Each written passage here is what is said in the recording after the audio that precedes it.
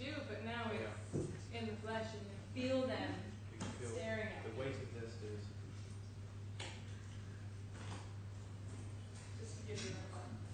By the way, does the course, have we updated the course of with that 105? I think so. This new document is that. You know, tab 105 that you wanted updated. We haven't given it to the call yet. Have you used the call?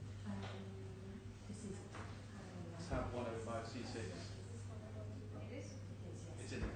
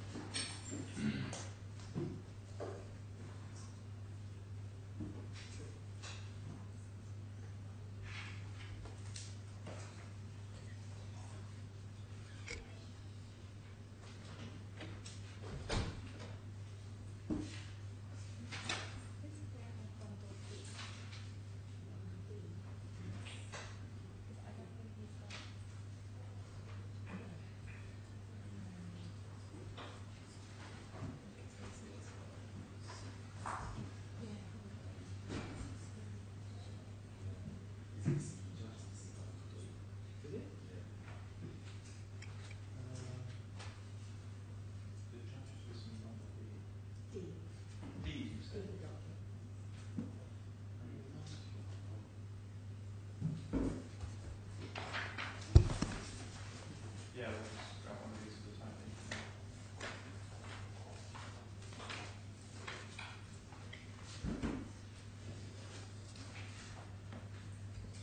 You've not marked that, have you? That's really.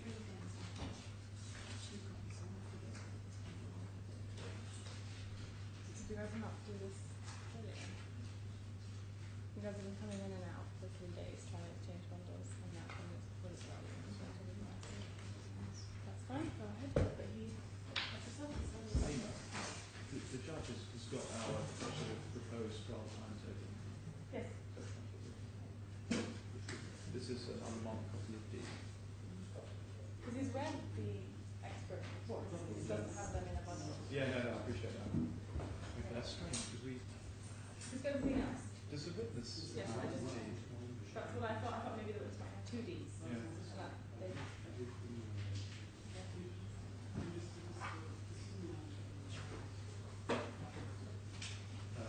This is the one that the defendants which they say is hard. You put it in C6. Have you put it in Paris as well?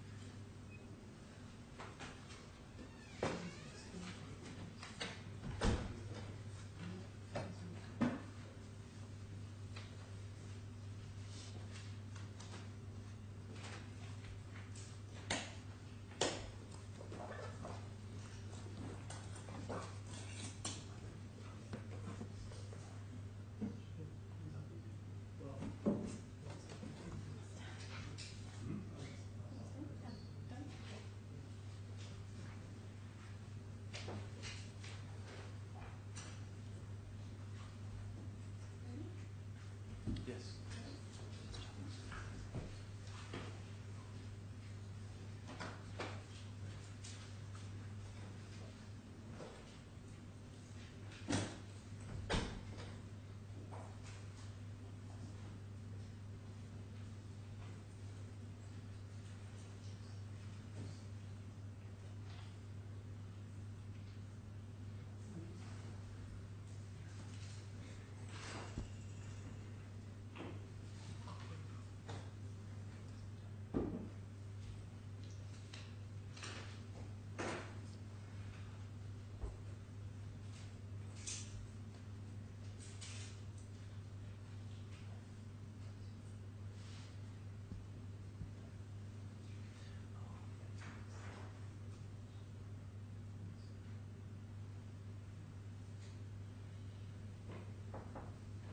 All rise.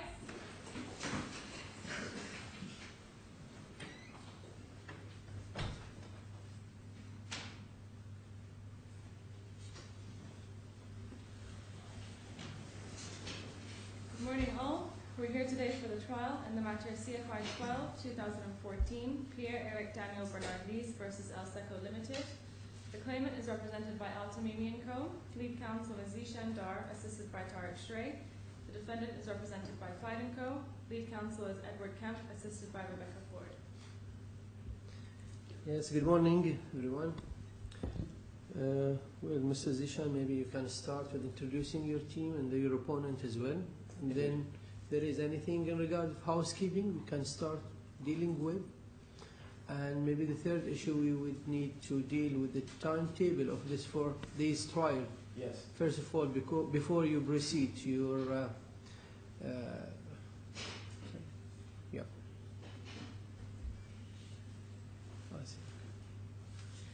Yeah, before you proceed to submission. Yes. Your Lordship, yes.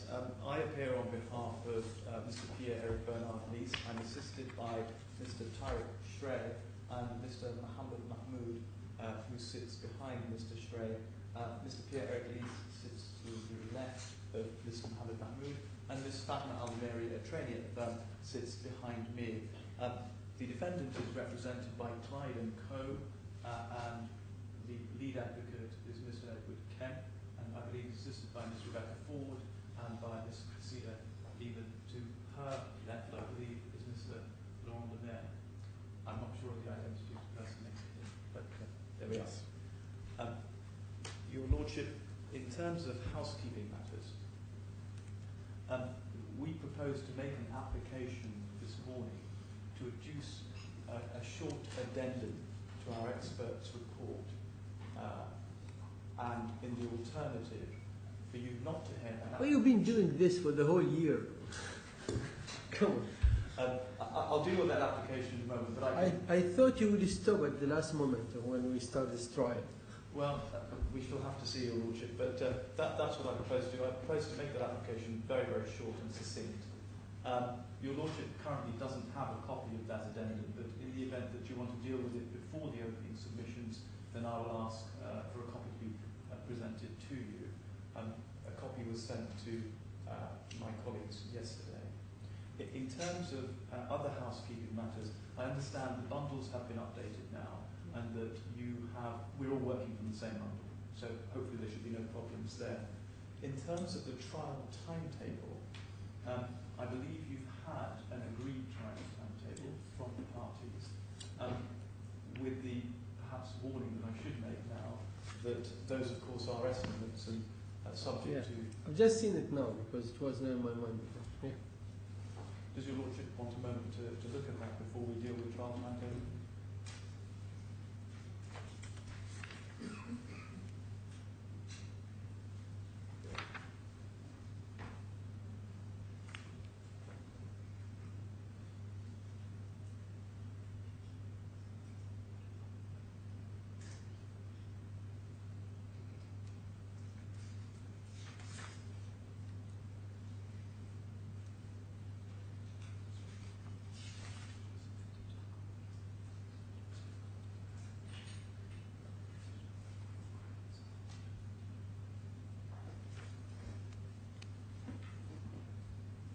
It seems fine for me. I mean, apart from the point that you kept making breaks in between of each cross-examination again for the claimant, and then the second day for Mr.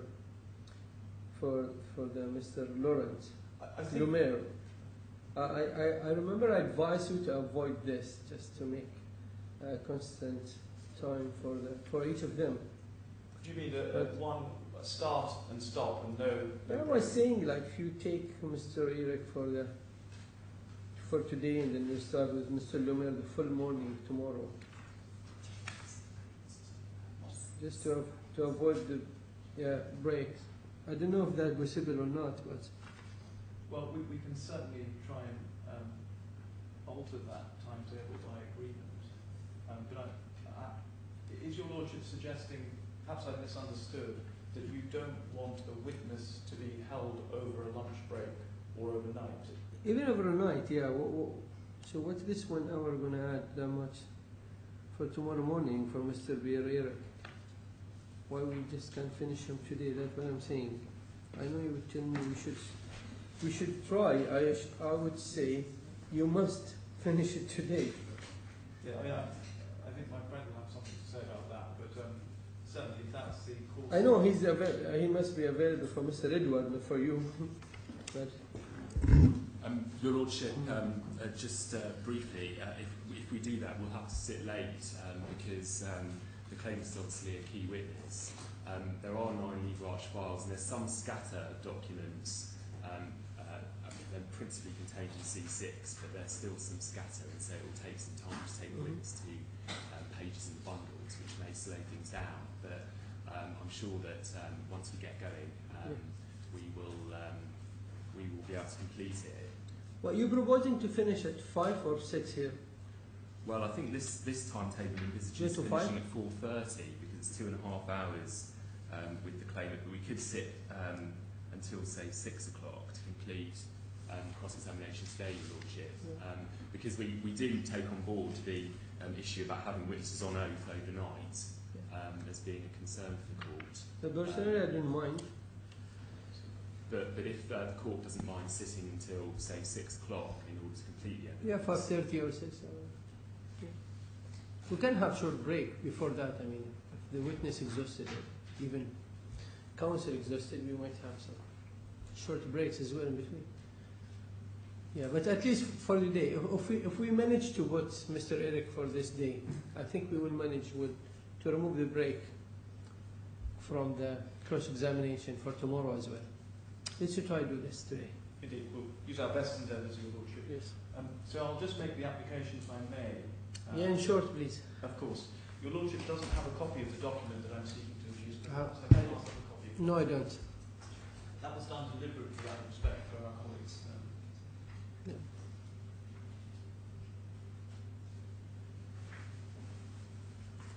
You look in their ways.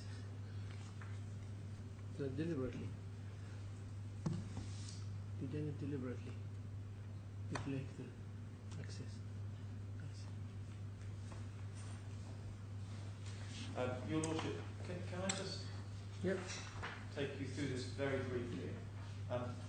The first page is an introduction of the terms of reference and the documents Yes. considered. The second, part 2, at page 6, is the actual substance of this addendum. There are 2.5 pages in total. Okay? For the time being, I would just ask you to note this. The first heading is YASAT 1A. It's a satellite. The reason it's important to note this is because what I'll be saying is that this refers to matters that are already contained in the defendant's expert's report. It's simply a short reply. And then over the page, you'll see a reference to paragraph 12, Ariane Stas, which is another satellite launch, which is also referred to in the claimant's expert's original report and, I believe, the defendant's expert's report. And finally, over the page, at page 8, this is page 3 of the 3 pages of substance, you'll see that there's a reference in paragraph 15 to Amazonas, that's the end of the first sentence, and Astra 5B, both of which are dealt with in the defendant's expert report. The remaining pages are the expert's declaration and two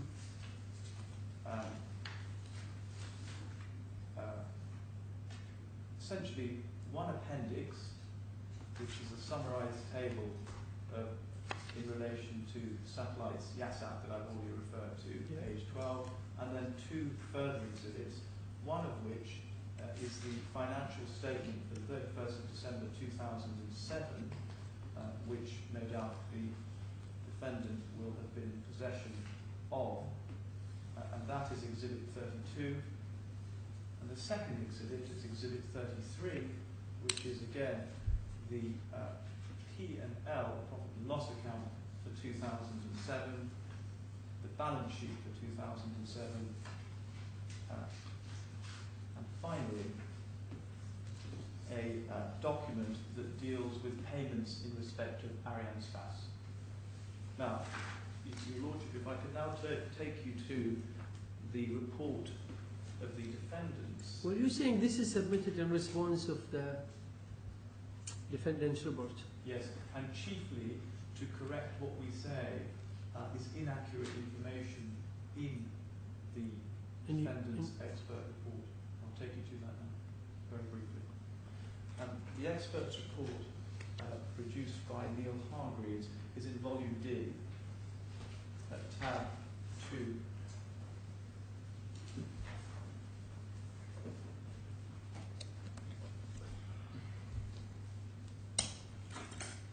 Yes. It starts at page 2815, and what I'd like to do is to take you to page 2824.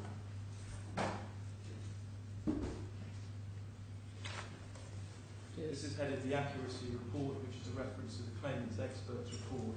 This paragraph deals with the treatment of revenues from those two launches, YASAT 1A and 1B, and there's an explanation of why revenue wasn't recognised for these particular satellites. That explanation, we say, is flawed and is dealt with in the reply that I have taken you to, and so we say the reply is relevant to the issues that the experts are debating. The second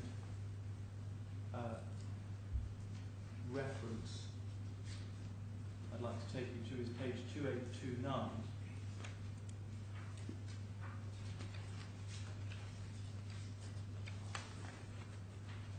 And here, the defendant's experts, you'll see in the table underneath 4.19, refers to Amazonas 4A and Astra 5B. Yeah. Those you recall are the two further items dealt with in our addendum. And over the page of 2830, paragraph 4.21. My apologies if I'm moving through this fast, I'm conscious of time. No, I'm okay with that. Please, go ahead. 4.21, again, refers specifically to Amazonas 4A and the way in which revenue was treated in relation to that. So our report essentially clarifies and provides what we say is accurate information in relation to those launches which are relevant and probative to the issues that this court may have to decide in due course. So that's the question of relevance. The next issue is whether or not your lordship takes the view that admission of this document late in the day is unfair or prejudicial to the defendant's interests and them having a fair trial. What we say is these issues are already live issues, that the experts can deal with it during the trial process. That it's important that the court gets accurate. Well, this information were not available for you and your expert at the time you prepared your... It was, and we've referred to all four of these in our report already. The defendant then replied, providing what we say is a slightly different information about these launches, which we want to, if you like, clarify and refine.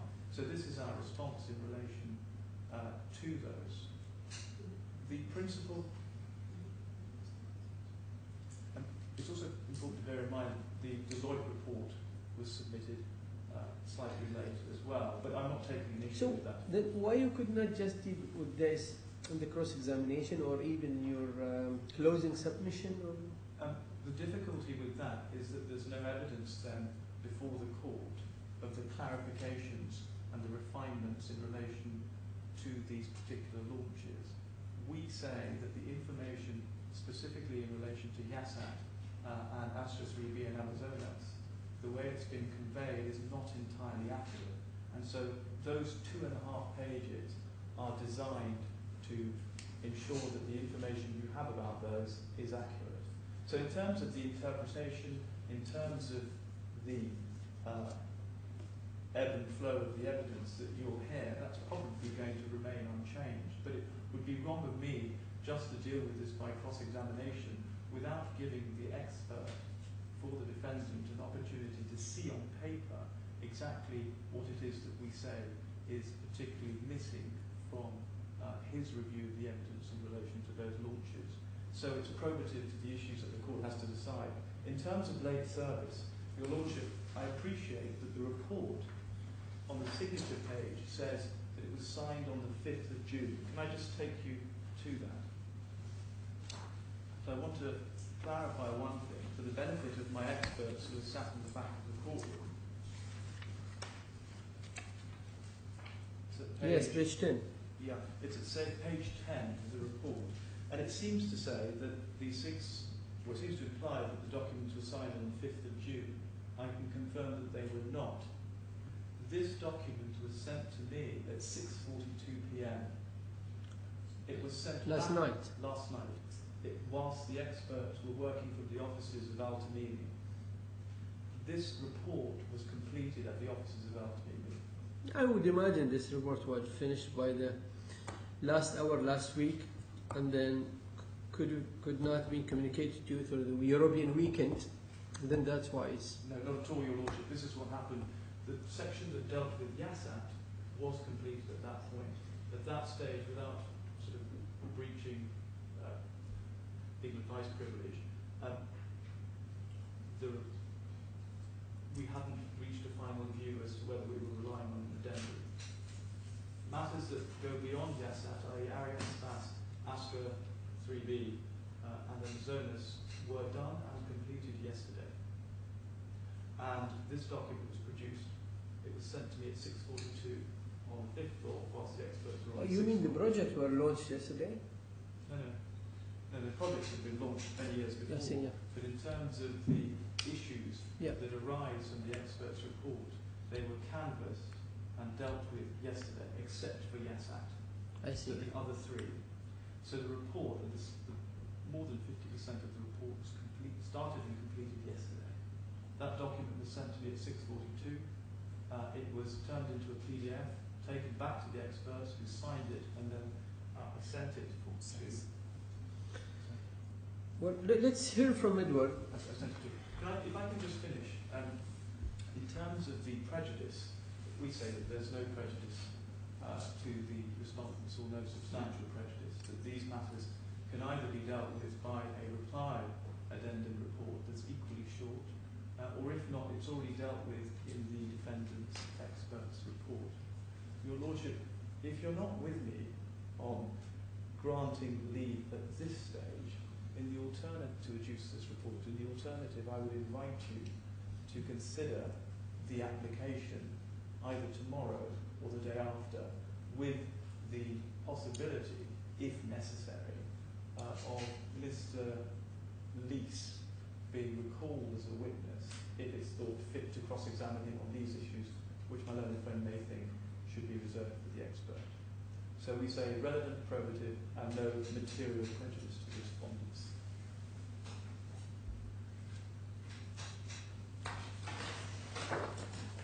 Yes, Mr. Your Lordship, we received this report at 7:42 p.m. on the eve of trial. We were expecting, as your directions envisaged, a joint statement from the experts to be received yesterday. There was some delay because of the lateness of the claimant's original application, I know the this, defendant's expert producing his report. That has not been done, and we're instructed that the reason for that is the claimant's expert delay. Instead, we get an addendum report, which is signed the 5th of June, served at 7:42 p.m. on the eve of trial, without any prior warning. They didn't tell us they were going to do this, without any explanation given as to why there's been a delay. The claimant, your lordship, has had the opportunity in your tight timetable that you set upon the application on the 7th of May, the opportunity to question the defendant's expert.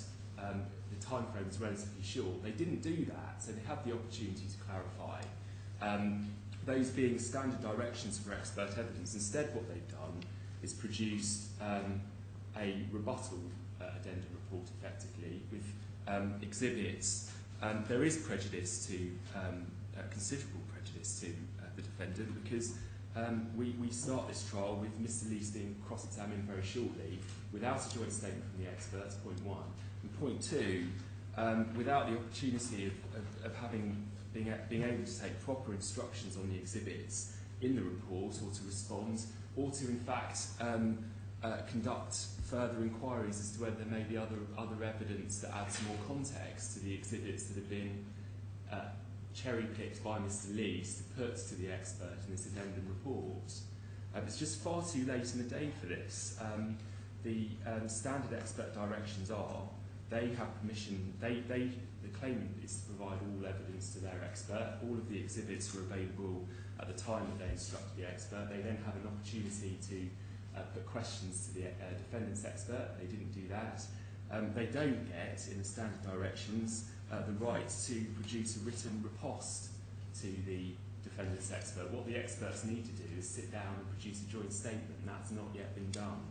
And so the application should be dismissed for all of those reasons. It's out with the scheme of the directions that you set. There is prejudice, considerable prejudice to the defendant, and there's been no explanation for the delay and no prior warning given to the defendant of this course. And so those are our submissions. Yeah, I see that. Okay. I reserve dealing with the application for the lunch break. You have the result after lunch break. You might introduce your case, Susan? Yes.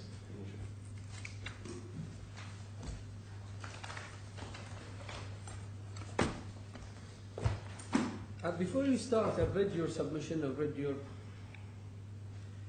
claim and amended claim, amended particular claim, amended defense, your skeleton argument, witness statement. I'm glad you would. So, that's very helpful. That may shorten matters. Your Lordship, the purpose of my opening submission is simply to highlight the issues that your Lordship has to deal with. It may be that your Lordship is well aware of those already, and to perhaps highlight some of the points of evidence that will be a particular focus in this case. Your Lordship, this really is a case of whether or not the claimant was terminated for cause. And your Lordship is no doubt familiar, of course, having dealt with these matters before, with the test in section 59A of the employment law that needs to be applied in this case.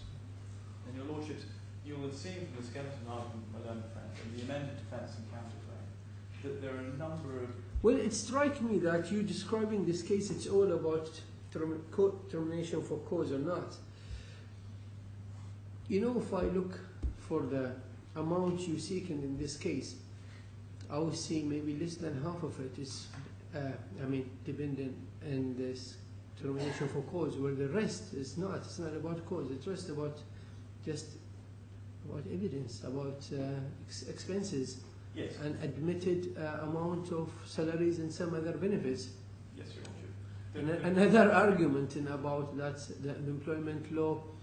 What I say, it's the delay fine. You know, So it's not really about the, termination for cause. It's more than that. Well, certainly from the claim... I've seen the cause is taking now more than 40% of this case. I'm sorry, what? The termination for cause should not take more than 40% of this case, where the rest of the case is about something else. That may well be how things unfold, Your Lordship, but in terms of the principal issue in the case, we say that it is really about whether or not the claimant was terminated for cause, and a number of benefits that he's claiming flow from that. That is to say, firstly, the notice paid. Secondly, any Gratuity. The gratuity. Indeed. End of, any remuneration and wages due during the notice period.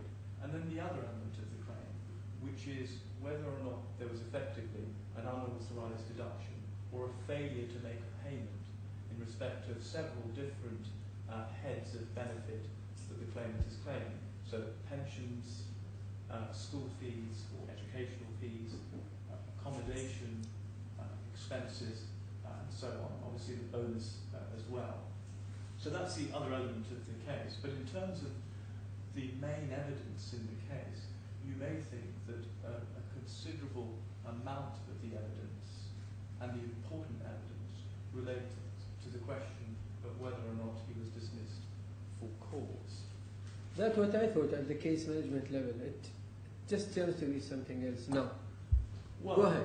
In terms of the issue relating to whether or not he was terminated for cause, what we say is that is the key issue here, and focus on section 59A, which provides the exemption from notice pay in the event that somebody is dismissed for cause. And I raise this matter at this stage is because what we say is that the claimant, the defendants, have overcomplicated that particular issue.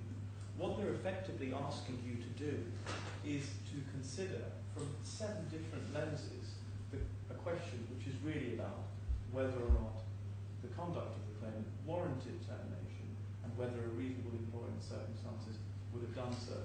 What they're inviting you to do is to do this.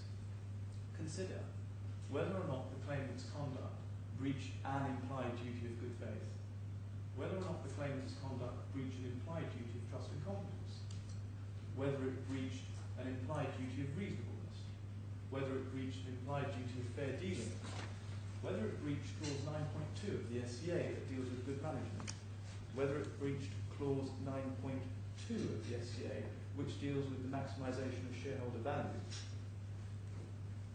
Now, Your Lordship, can I say this firstly as a general point? And you might think it's relatively important in the context of this case for the purposes of just sweeping away the level or layers of complexity sought to be introduced, that the employment law of the DIFC is a comprehensive code that governs the employment contract between the employer and the employee.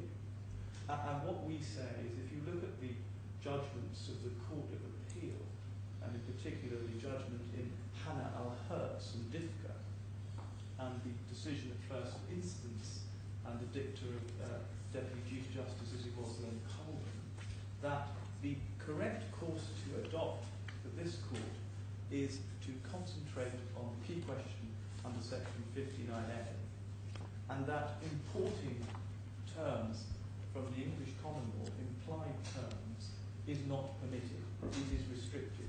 It is not something that should be done. And secondly, importing contractual provisions from the DIFC law of contracts, and in particular Articles 57 and 58, which deal with implied terms, should not be done also. Those are excluded from the remit of DIFC employment law. I don't propose to go into that theme in detail at this stage. It's perhaps best left to my closing submissions. Agree. So what I'll do is just concentrate on what we say are the key factual and legal issues in relation to the termination of the claimant. Your Lordship is familiar with the factual background to the case, but if I could just summarise very briefly where we are. This was, the defendant provides essentially intermediation services for the space aviation insurance industry. It doesn't actually provide the insurance. simply puts, or if you like, coordinates insurance provided by its members to a client. Sometimes that may be directly, sometimes it may be through a broker. And it derives its revenues in two ways. Proportional revenue, which is a fixed commission on the premiums paid to it or directly to its members, so maybe 6% for example. And profit commissions, which are essentially the profit on the insurance contract. So if no claims are made, or if a claim is made by the insured, paid up by the members, the difference minus expenses can be, or a percentage of that, can be regarded as profit commission. And the defendant was, if you like, or is owned by Mr. Laurent Lemaire. That occurred as a result of a sale agreement SCA entered into on the 13th of June 2011. Now, Your Lordship, when we come to look at that document, you'll see that it really is an agreement governing the sale between two commercial parties in that context, the claimant and Mr. Lemaire. And we say that the intention of the parties was to regulate the sale of the shares and to regulate their relationship as commercial parties thereafter. It's right that Appendix 2 to that sale and cooperation agreement reflects or records existing employment terms at the time. But the rest, and that's all it does because it refers to an existing employment contract. But the rest of the document, we say, contains terms that are subject to an arbitration clause, an ICC arbitration clause. So, for example, the breaches relied on 9.2 and 9.1 of that agreement are out with, we say, the jurisdiction of this court. So just another legal issue to raise at this stage. So they're linking that principle with the employment relationship, and you still that not subject to that. And it was argued before, I think, Judge David Steele. The scope of employment relationship all falls under the jurisdiction of this court. But that's based on the presumption that the other terms in the SCA are part of an employment contract. That's not what Justice Steele found. What he said was there was an existing employment contract by way of an assignment letter dated 2007. Remember, this was a provisional finding. Secondly, that there were the terms of the employment contract by the date of the SCA were reflected in Appendix 2 of the SCA, which says as per the contract. He wasn't saying that all of the SCA is part of the employment contract. He was simply saying that the SCA records terms in an appendix. But I thought he is saying that this court got jurisdiction to determine the employment matter. Yes. And all terms and conditions related to the employment relationship, not the sale of the company. The employment relationship shall be brought under this jurisdiction as well, where it can be found. Yes, but it's never been suggested until the amended defence and counterclaim, and not even that. But it's amended already, yes, but and the court accepted that amendment. Yes, but it's not even suggested in that amendment that clauses 9.1 and 9.2 are either express or implied terms of the employment contract between the parties. And there is a distinction between a commercial agreement reached between parties and an employment contract.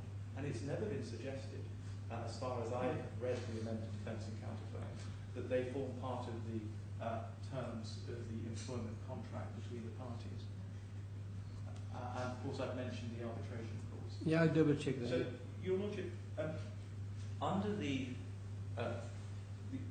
claim essentially made by the defendant is that they dismissed the claimant because he sought to falsely inflate revenues in the 2013 accounts so that he would personally gain from an increased or inflated net profit also called the retained earnings. And for the purposes of this trial, there's little distinction or nothing to be gained from that distinction.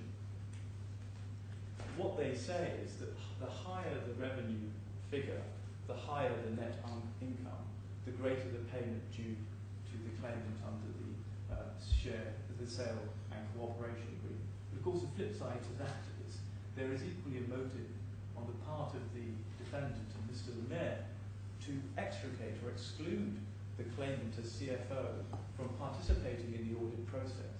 So he minimises the influence that he may have if there is a risk that he may inflate those figures. So it works both ways.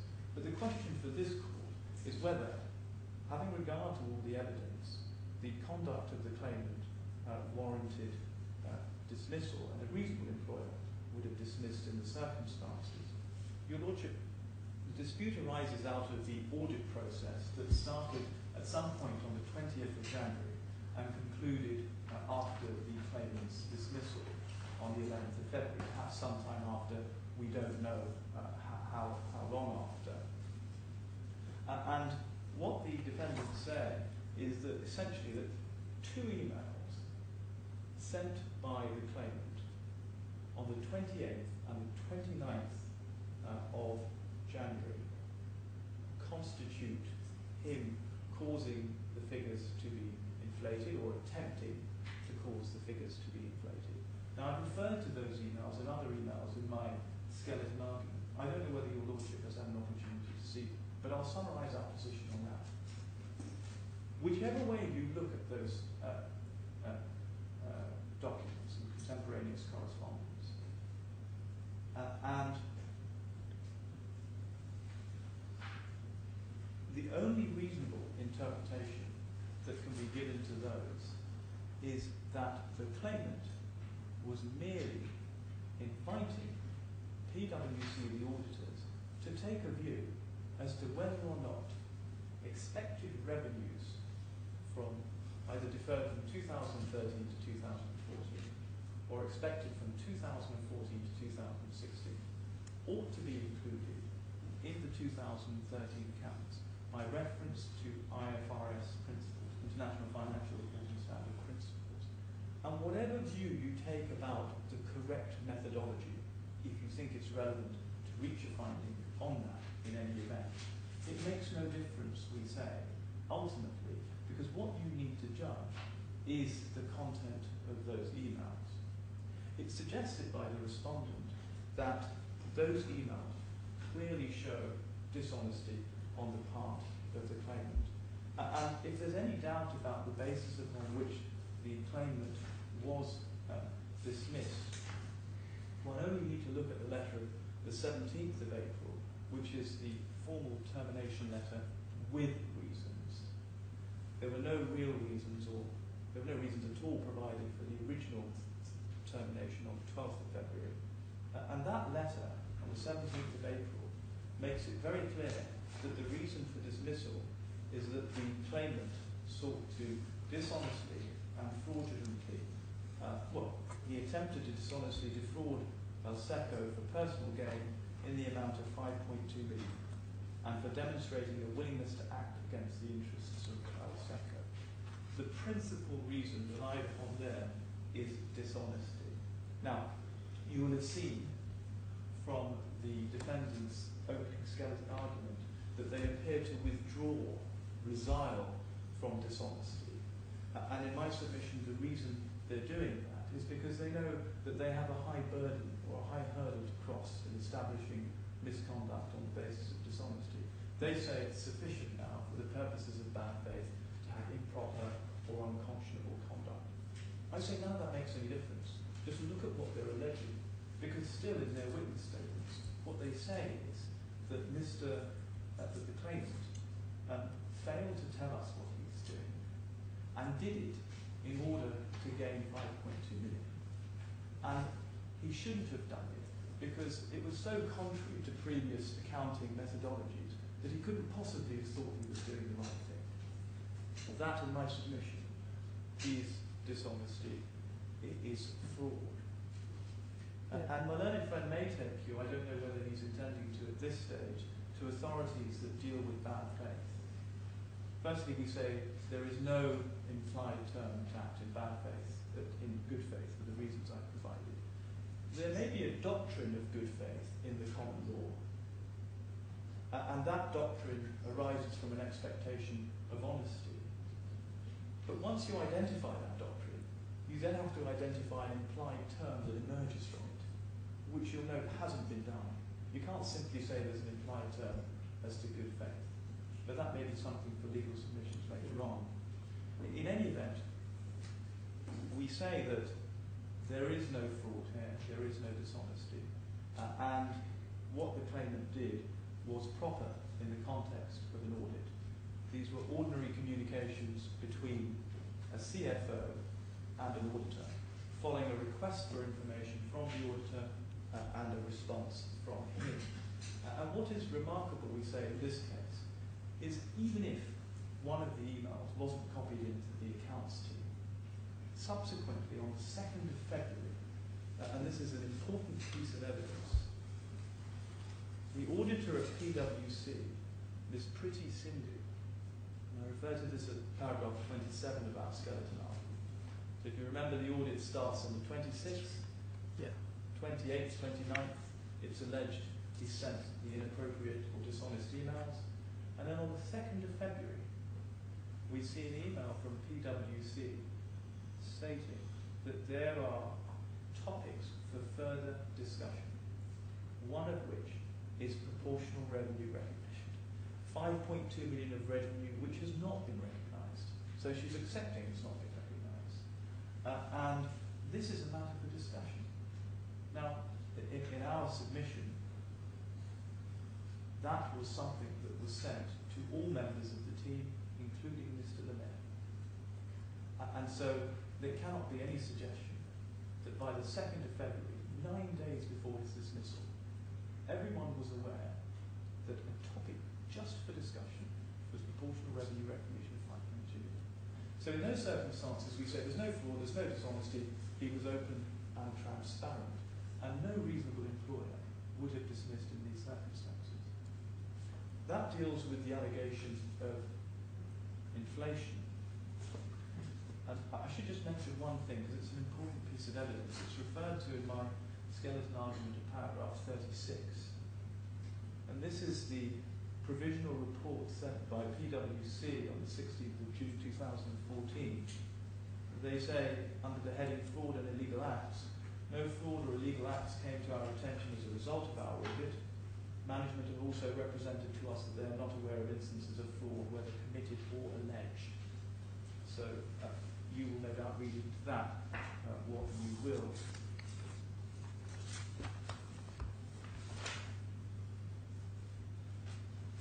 The defendant has relied on other reasons for dismissal. They say, at the meeting on the 11th of February, Mr. Lease became obstructive and that he refused to leave the room or the meeting with PwC when he was asked to. And you'll hear evidence from both parties in relation to that. But what isn't in dispute is that Mr. Lemay, in the presence of PwC, told the claimant that he could ask him to leave the room and that he could dismiss him if he wanted to. And that is something that you will have to take into account when considering the way in which both the defendant acted and the claimant acted, both during and following that meeting. But our position is that the claimant did nothing in that meeting that warranted the reaction by Mr. Lemay. It's suggested that the claimant left one of the reasons for dismissal now is that the claimant left with a box of items and he didn't allow Mr. Lemay to see them. It said that he removed a laptop which belonged to the company and contained confidential information.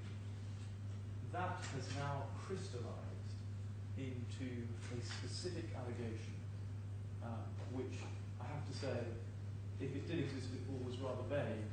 The allegation is this, that he's breached confidentiality and that there's no justification for the breach.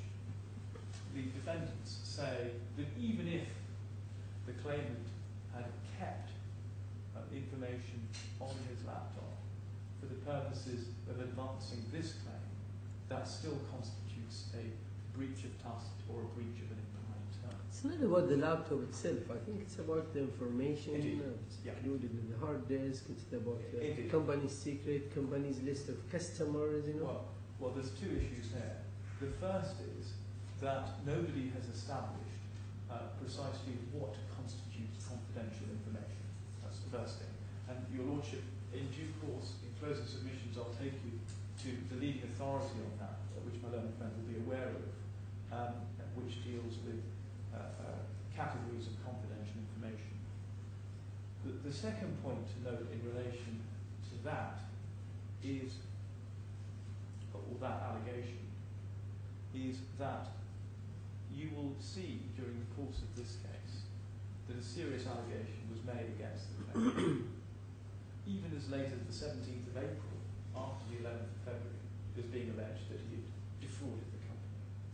And even as late as December 2014, I don't think this is disputed, police allegations or criminal complaint was made of embezzlement and fraud against the defendant, and that is still live. The claimant, in some way, I would suggest, with a view to vindicating his name, was right in principle to hold on to the material that he had in his possession at the point that he left. And without that material, he would have been in great difficulty in, I'm not using the expression prosecuting his claim, I'm using the expression vindicating himself and defending himself in the allegations that have been made. And we say that that is a proper justification in this jurisdiction for removing information, assuming that information is confidential. We also say in relation to that, that he notified the defendant at the time that he was going to retain that information for that very purpose. Now, it would be, in my submission, if you were to take the defendant's legal position to its logical end, it would mean that in any case, or every case, where an employee removed data, even if it was for a perfectly innocent reason, a perfectly proper reason, they would be breaching an implied duty of trust and confidence. And that simply can't be the case. And each case must be judged on its own facts. So if you were to find that there's no merit in the dismissal on the basis of an allegation of fraud or bad faith, then we would say that retention of that material with a view to advancing his defence was quite proper. Another distinction to be made is this. In this jurisdiction, we do not have a process of disclosure as we do in the United Kingdom. We have production, of course. And under the rules of production, there's no obligation on another party to provide his opponent with documents that are adverse to his own case and that support the other party's case. There is, of course, the provision to make a request for specific production, but that's on the assumption that you know what you're requesting and you know all the class or categories of documents that may assist your case. And so the case that the learned friend relies on, which I will deal with in closing submissions, Brando and Chadwick, is an English law case in which it is understood that there is a system of disclosure where one party has an ongoing obligation to disclose documents to the other that are adverse to its own case. We don't have that here. And so that case, in my submission, is not useful for the purposes of determining the question that you have to, whether or not the defendant's actions warranted dismissal. It would, in my submission, be... Were you talking about the United States or England? Sorry, the United Kingdom. United Kingdom. And in particular England. Yeah. It would be a remarkable conclusion to come to if you were to find that the claimant's conduct in relation to the inflation was unfounded and didn't warrant dismissal. But then to conclude that relying on documents for the purposes of vindicating himself constituted a breach of trust for which dismissal was justified. In my submission, that would be an unsavoury conclusion to reach. The other issues or allegations that the defendant makes to support dismissal relate to the claimant the claimant sending an email on the 20th of January to a satellite company called SFSat. They say it amounts to offering services or solicitation. We say no such thing. But we say as a matter of law that that breach ought not to be relied on, or cannot be relied on, because it is not an allegation that operated on the mind of the employer at the point of dismissal.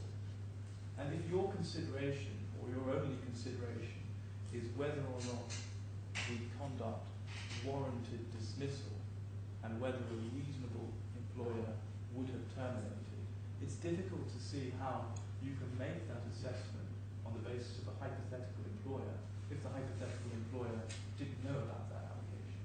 That would only be relevant, of course, if my learned friend was able to convince you that you should rely firstly on implied terms in a contract of employment, one of which would be, I suspect he'll say, the implied duty not to solicit for work in competition with the defendant. There's no such provision in his employment contract relating to that. There may be a provision in the sale and cooperation agreement, but we say not in the employment contract. And if he was able to convince you that that could be framed as an implied term to maintain trust and confidence, this was a breach of trust of some kind, then you would also have to import a common law principle we say seldom used, which is to enable an employer to rely on a repudiatory breach that he doesn't know about at the point of dismissal, that he later comes to know about, but nonetheless relies on retrospectively. So my submission, you would have to be convinced that that is a term, or that is a principle that could be imported into this jurisdiction. And I'll keep my powder dry on that point and deal with that in closing submissions. So if your Lordship takes the view that this was a termination without cause, and the claimant was entitled to his notice period, he would of course then be entitled to his gratuity and any sums due during the notice period. In relation to the other items, you've got my skeleton argument in relation to those. In relation to the expenses, this is part of the claim which isn't of comparatively significant value, but may take up a significant amount of time. So what I've done for ease of reference is to refer to the objections taken by the defendants for payment of that and our position in relation to that. I've suggested that if those issues are issues that you reach a determination on, the parties can then subsequently do the math and try and agree the math based on those issues that have been raised in my skeleton argument, or indeed if we have further agreement on the issues in relation to expenses, then that it seems to be logical and conducive in keeping with the overall. Well, I appreciate if you could agree in any of that expenses, but yeah, let's see what we'll have next. I mean, it may be that the parties can try and work something out as the trial goes on behind closed doors during breaks, etc. But we should just have to see. In terms of the statutory penalty payment, our position is simple. It is that the law is the law. It is what it is. That the terms are clear, that the requirement is imperative. It's not discretionary. You must order the payment if you take the view, or the penalty if you take the view that it is triggered, if Article 18 is triggered.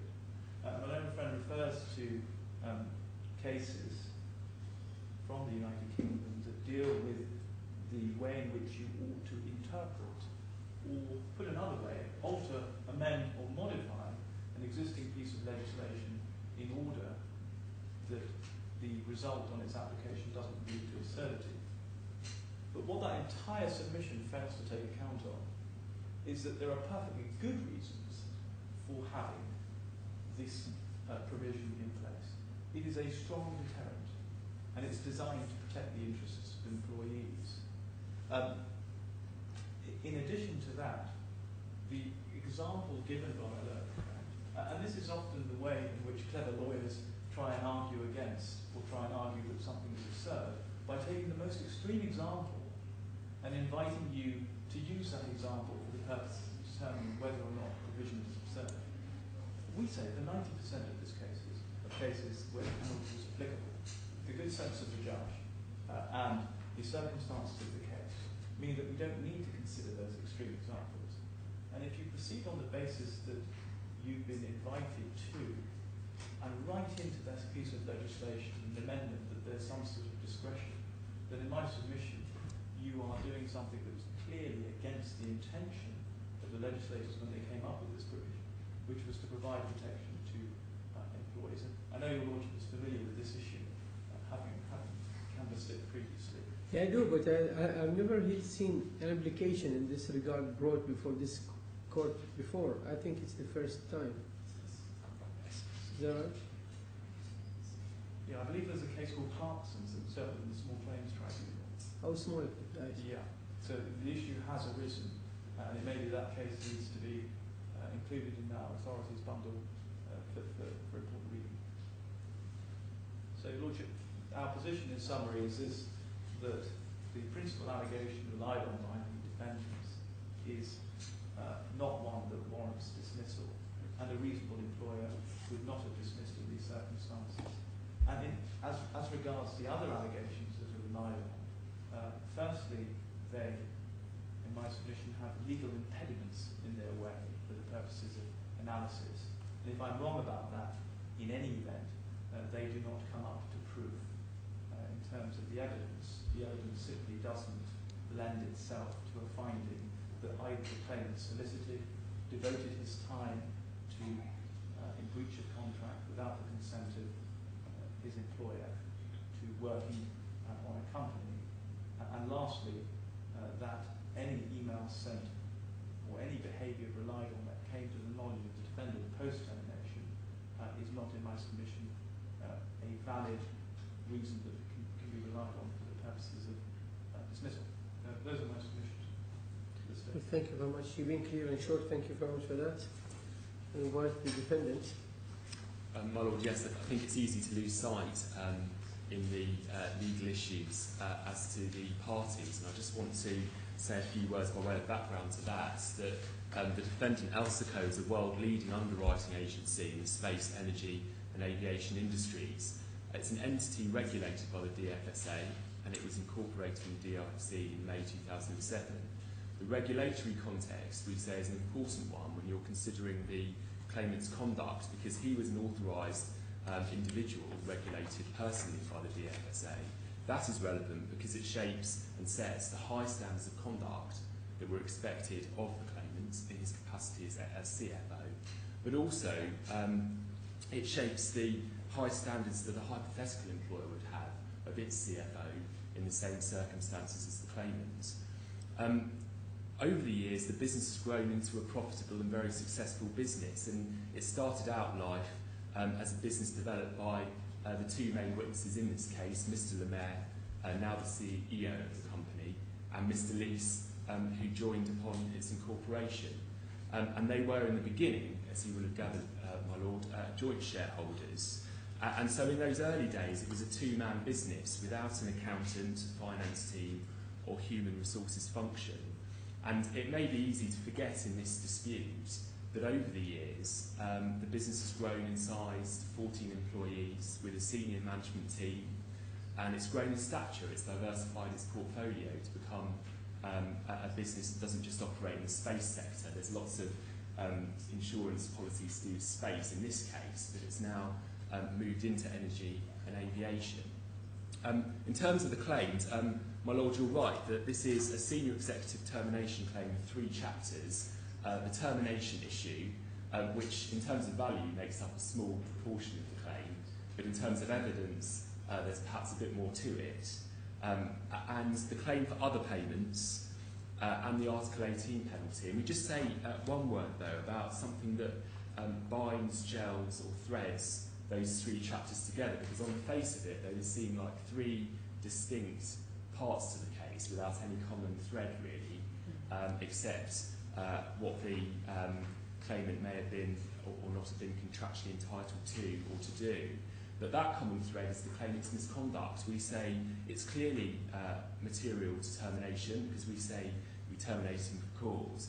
But it's also, in my submission, material to his claim for other payments, because as I'll go on to submit, there are various inconsistencies in the claimant's claim for expenses and so on. And the Article 18 penalty, we rely on his conduct both in terms of termination, but also in terms of some of the amounts he's claiming, as powerful reasons why discretion should be inserted into Article 18 and why it should be exercised on the particular facts of this case. What I want to do now is open on the termination issue first, because at first sight it may seem like the main factual issue between the parties. So the claimant was dismissed for gross misconduct on the 11th of February 2014, and he wore a number of hats. He was a very senior employee as a CFO. He was a manager because he had members of the finance team and accounts team who reported to him, and so therefore a role model within the business. He was a director on the board. He was also an authorised person, as I've submitted, regulated by the DFSA. And he occupied a position of trust within the business because he was handling, in his capacity as CFO, the company's financial affairs and accountancy affairs. And as a senior employee and director of the board, he was required to act in the best interests of the company at all times and put those interests above his own personal interests.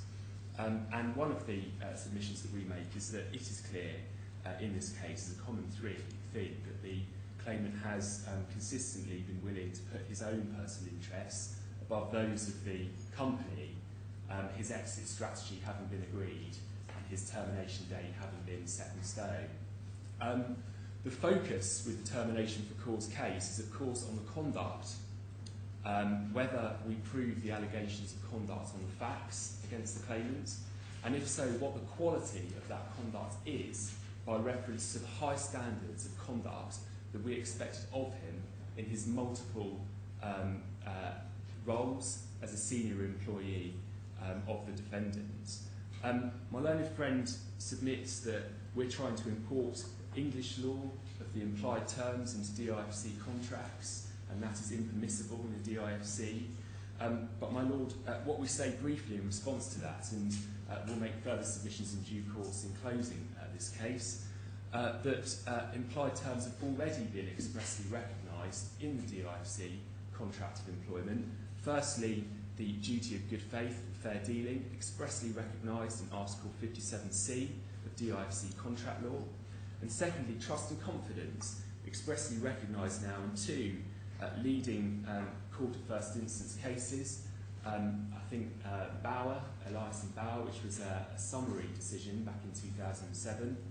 But more recently, a case that I was involved in for the claimant on that occasion, BGC Brokers and Aburahim, where Mr Justice Field expressly recognised mutual trust and confidence as being a part of the employment relationship. So we're not trying to import English common law concepts here.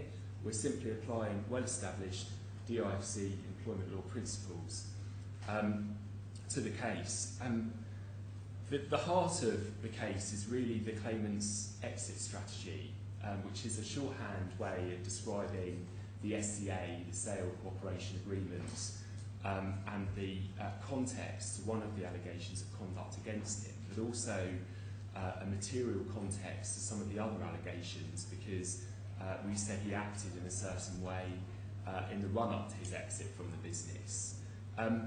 And this was a 4-year exit strategy, and it's easy to lose sight of the fact that the claimant had, in the first 3 years of the exit strategy, received about $13 million from Elseco in return for his stake in the company. I think he received a further $3 million on account for that final year. But it was the final year of that agreement, my lord, that was critical. The final year, 2013, was the claimant's final payment under the agreement, and what that signified was the transition and closure of the claimant, a founding member of the business, leaving Elseco, and then Mr. Lemaire, who had already become CEO and 100% shareholder, being solely responsible for the business. Mr. Lemaire, in buying the claimant out of the business, paid for a smooth transition. That was one of the contractual requirements on the parties in the interpretation to the SCA, a separate document. And for reasons that are clear, on the undisputed facts, the opposite has in fact occurred. There was an unsmooth transition, my lord. It is indeed axiomatic, as the claimant says, that he stood to personally gain the higher the revenue figure was in the audited accounts, and vice versa. But this unique circumstance raised at the very least the potential, if not actual, conflict of interest between the claimant, his financial interest under the SCA, and his role as CFO in preparing the accounts that would form the basis for that payment. This is a unique circumstance that was created by the SCA. And what that meant, in terms of the expectation on the claimant, was that in the preparation of those accounts and in the audit, he was required to act with the utmost of transparency. As an authorised individual, he was required by the regulator to observe the highest standards of integrity and fair dealing and transparency in preparing those accounts. That expectation was heightened because of the terms of the SCA, and that he stood to gain personally from those accounts. And so his employer was entitled to expect this heightened standard of his conduct in that final audit. You saying in this position, like being a CFO and having interest in the revenue of the company, put him to act in even more expected or higher standard? Yes. Than usual way? Yes. Because he was required in this particular context to act with absolute transparency to make sure that because the conflict is clear for you here. Conflict of interest is put clear, and he's aware of what he's aware of. We say it would be obvious in his, given the terms of the SCA and given his role as CFO, common sense that there would be a conflict of interest. But that can happen to anyone. For example, any CFO, like let's say, awarded by a bonus at the end of his year, like to make a similar conflict. So maybe the position is unique, but that should not put him in different situation than any other employee who would receive at least a bonus. Well, my lord, the expectation of absolute transparency, we say, was clear from the common sense situation that Mr. Leese was in. But he was also told clearly, and I'll move on to this in a moment, we say in January, reminded of the potential for a conflict of interest. That's disputed. But in two key emails on the 29th of January, sent before he sent the $5.2 million email to PwC, Mr. Lemaire told Mr. Leese that he expects him to be very transparent in the accounts, and reminded everyone of the importance of this final year of the accounts to the business, bearing in mind Mr. Leese's departure. And so that's the backdrop to the high expectations of the claimant in this particular. What date did that email you said again? So the references, 30th January? The references, my lord, are C62188, an email at 10:30 a.m. to the whole team.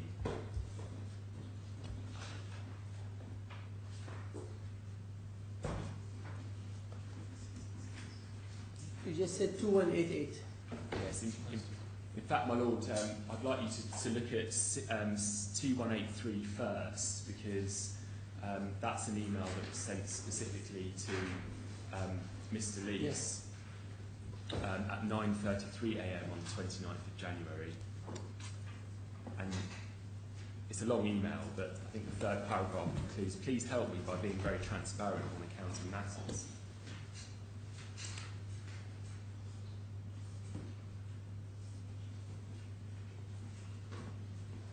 Where are you reading that statement? What line is that?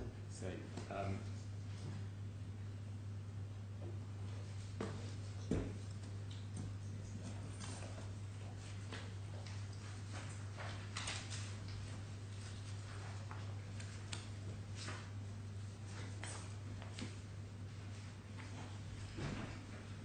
it's the penultimate paragraph on 2183, and it's the last sentence of that paragraph. On your side, I hope you can understand. Yeah, I see that now. Yeah. I'm over suspicious. Please help me by being very transparent. The expectation, my lord, couldn't have been clearer. It was crystal clear before he sent that email to PwC later on that day. And secondly, at 2188,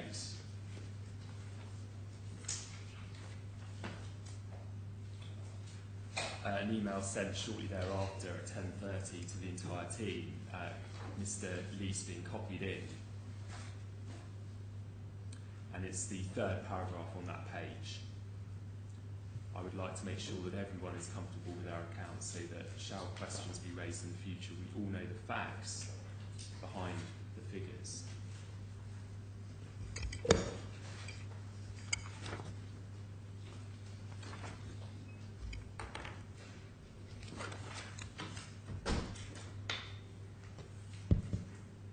Yes, go ahead, please. My lord, just moving on to this allegation of misconduct against the claimants, the allegation being factually an attempt to inflate the revenue figure by $5.2 million US.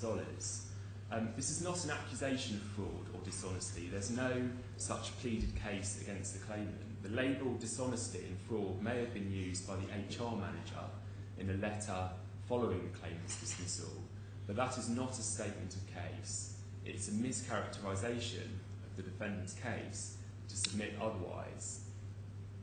In our submission, my lord, there can be no shortcuts to the determination of the pleaded case as it is properly understood against the claimant.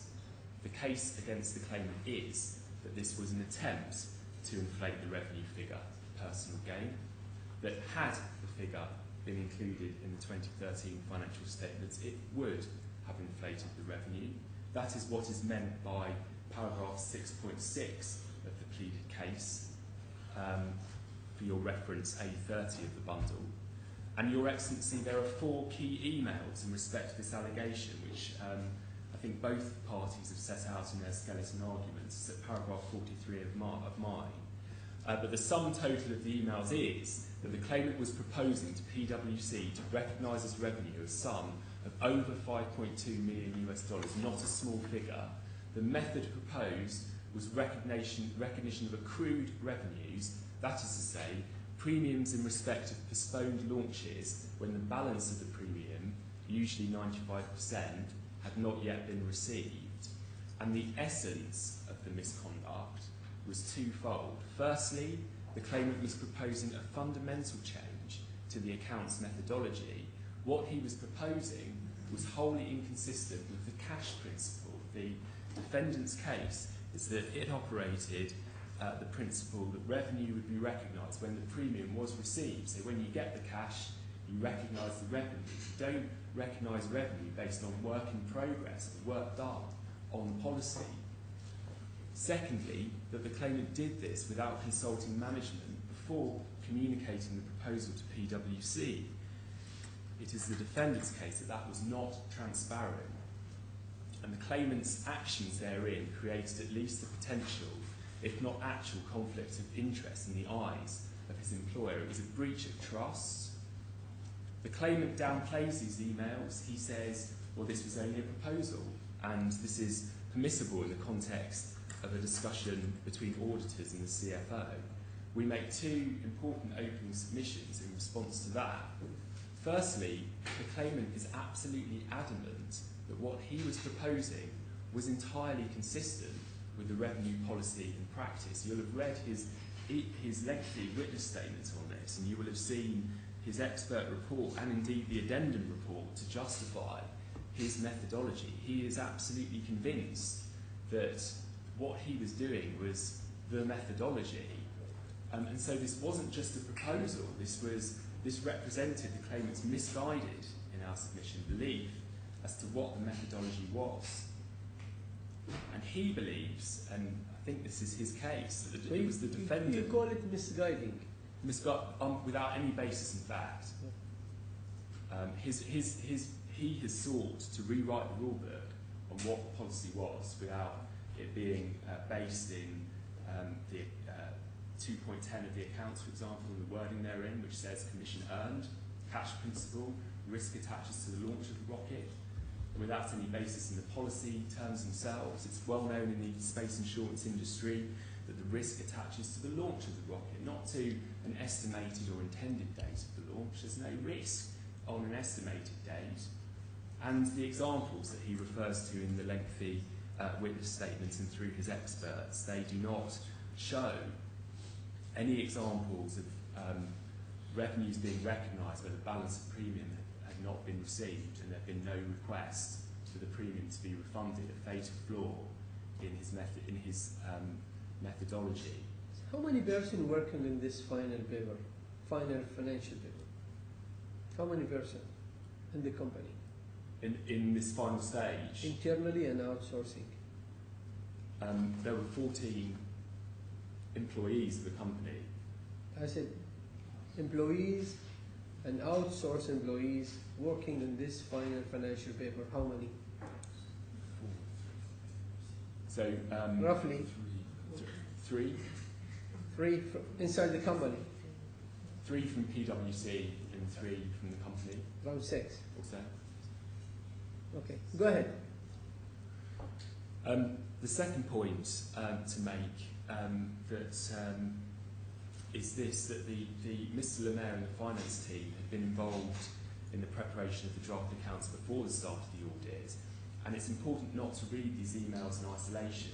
It is important to view these emails in their proper context, and it will become clear, my lord, that in the week before the offending emails were sent, the claimant became very angry when questions were raised about recognition of taxes, IPT, insurance premium tax, and an XL policy as revenues.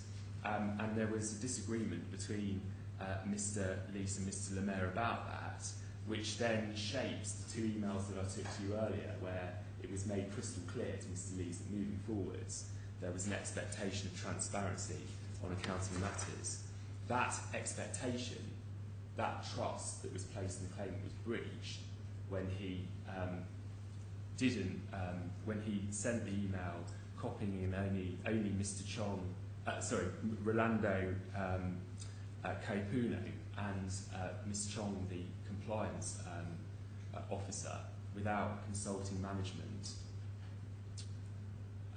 Another issue, my lord, for you to consider is the claimant's defence to the allegation. And his pleaded case is something he had always maintained and still maintains, is that he was complying with IFRS and that he was applying a methodology that was consistent. So he's saying it's the defendant that's trying to change the methodology by not agreeing with his method.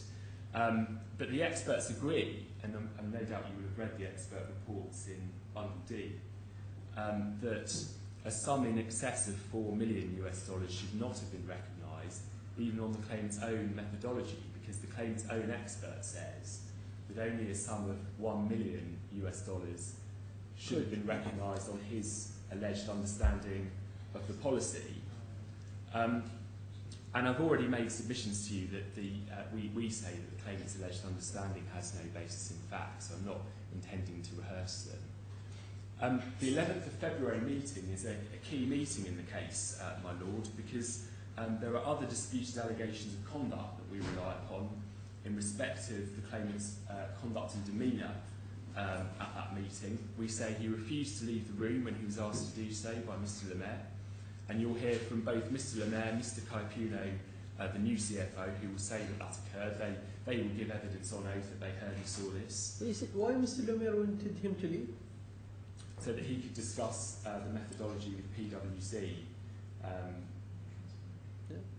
Tell you that any time. Because he was unclear, because he hadn't been copied into the earlier emails from Mr. Lees to PwC, and all he had seen was the 2nd of February email from PwC that referred to the $5.2 million figure.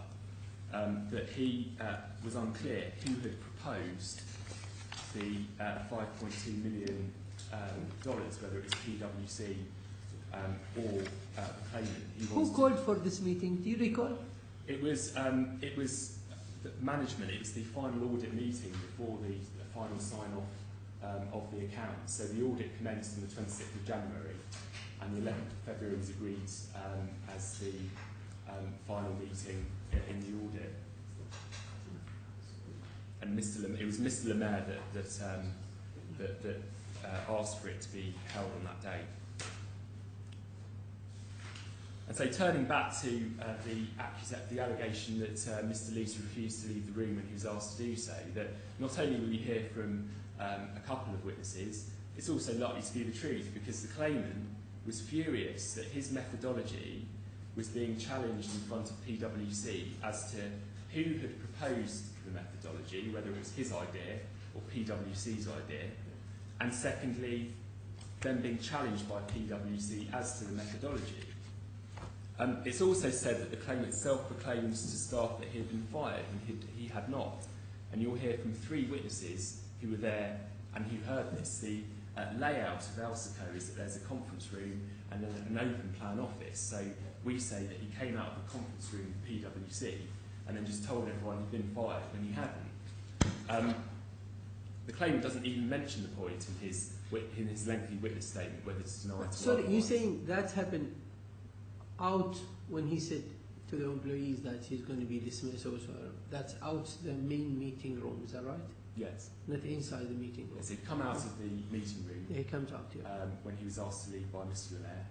And then So it became destructive outside the meeting room then?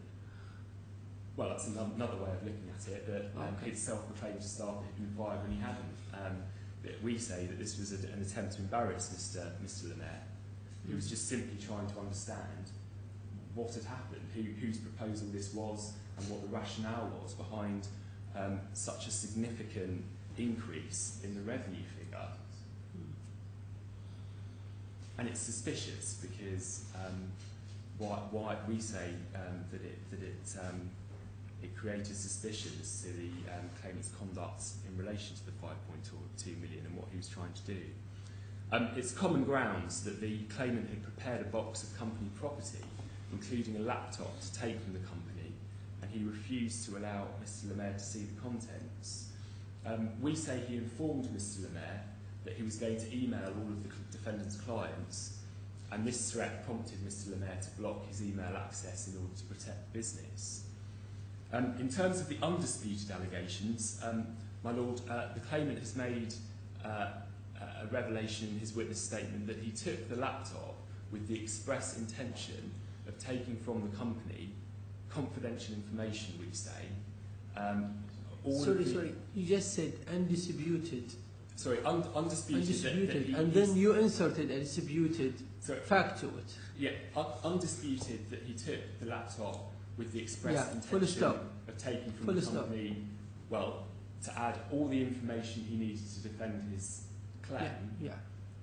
That must mean, we know from his disclosure, his entire inbox containing emails with a confidentiality disclaimer on it, draft accounts of the defendant containing its sensitive business information, and also insurance policies between Elseco and its clients. One of them, the XL policy, containing a long list of different clients with their insurance premiums and cover dates. And so it is undisputed to the extent that we can infer from his own disclosure that what he had in his possession and what he took from the company was highly sensitive confidential information belonging to the company. And we know that he did this in order to litigate his claim, and presumably the multi-million-pound arbitration in respect of the past revenue figures against the company. And we say this, that it must be right that to take property from the company containing its confidential and sensitive information with the intention of using that in litigation against the company is not acting in the best interests of the company. It's acting in his own selfish personal interests, and as such is improper because it was done without the consent of the company, and as such was acting in bad faith in accordance with DIFC contract law. On the same theme, you will hear about the claimant's new business venture, iCompanion. We say worked on during company time and with company resources, and his personal use of Elseco's customer database. One of the things that he had on the laptop was a list of all of the defendant's customers, and we say he made use of that with some examples that you'll go on to see. Well, excuse me, Mr. Edward. By the time the claimant walked out the company that day, so with the laptop, he was not yet dismissed, isn't it? That's correct. So he dismissed later. He's dismissed afterwards. So he had breached the duty of good faith, we say, by taking the laptop with that express And intention. what he says about the return of the laptop later? Well, this happened. Not now. We know now what his position. At the time when he was sent the letter of termination with the reasons, what his answer to the return of the laptop was? Well, He recalled. his letter of termination was sent on the 12th of February. Yeah. The letter with reasons was sent in April 2014. We have never had... Or maybe we can ask the witness next. So, well, We can ask the witness next. yes, but he's never said that Yeah.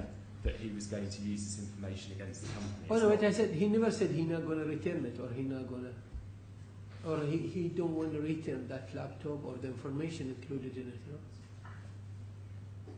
Yeah, we'd asked for it back, and he's obviously not given it back because he still has it in his possession. He's refused to give it back. And so we say my lord, moving on to the expenses claims. I thought he returned it, and then you claimed the hard disk was damaged or something like that. To assist, it was returned on the 6th of April. The document, the bundle. And that's what I'm asking. Yeah. Anyway, go ahead.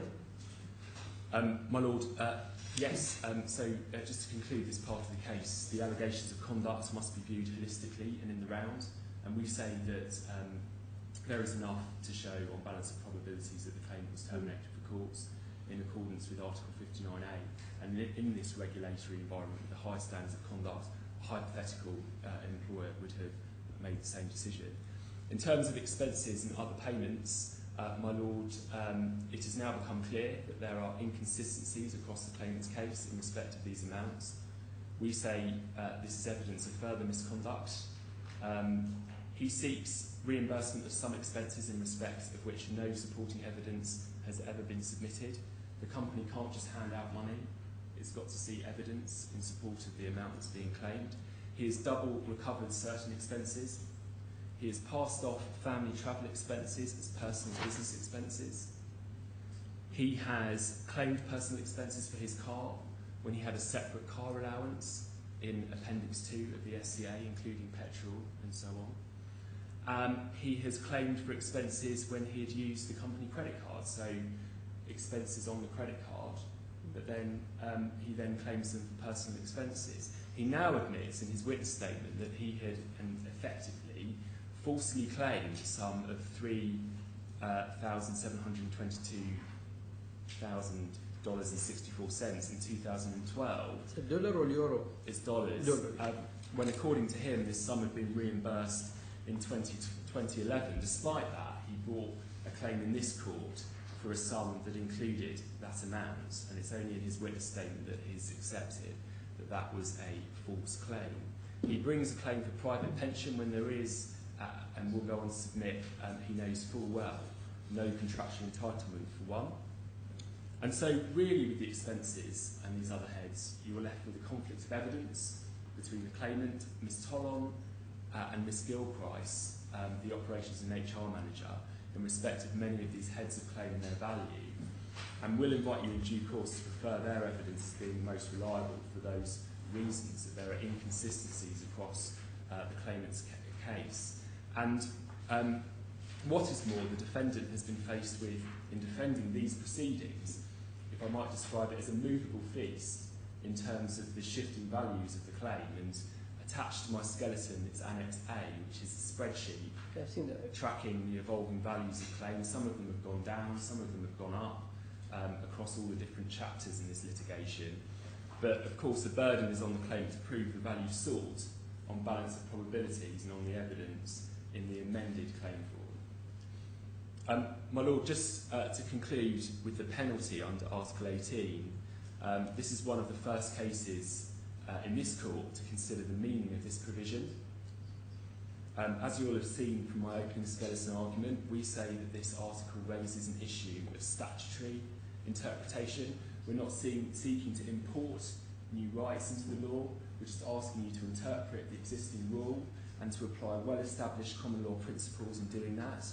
And we say this, we say a literal interpretation of this provision leads to the absurd result that an employee who is owed just 1 dirham on termination could receive a penalty greater than a year's salary, could receive a penalty greater than his end of service gratuity and notice pay combined. Take another example, an employee who has stolen from the company but who is owed a small sum by mistake or computational error, he would get a penalty payment in the same amount. The punishment simply does not fit the crime. We say this could not possibly have been intended by the board.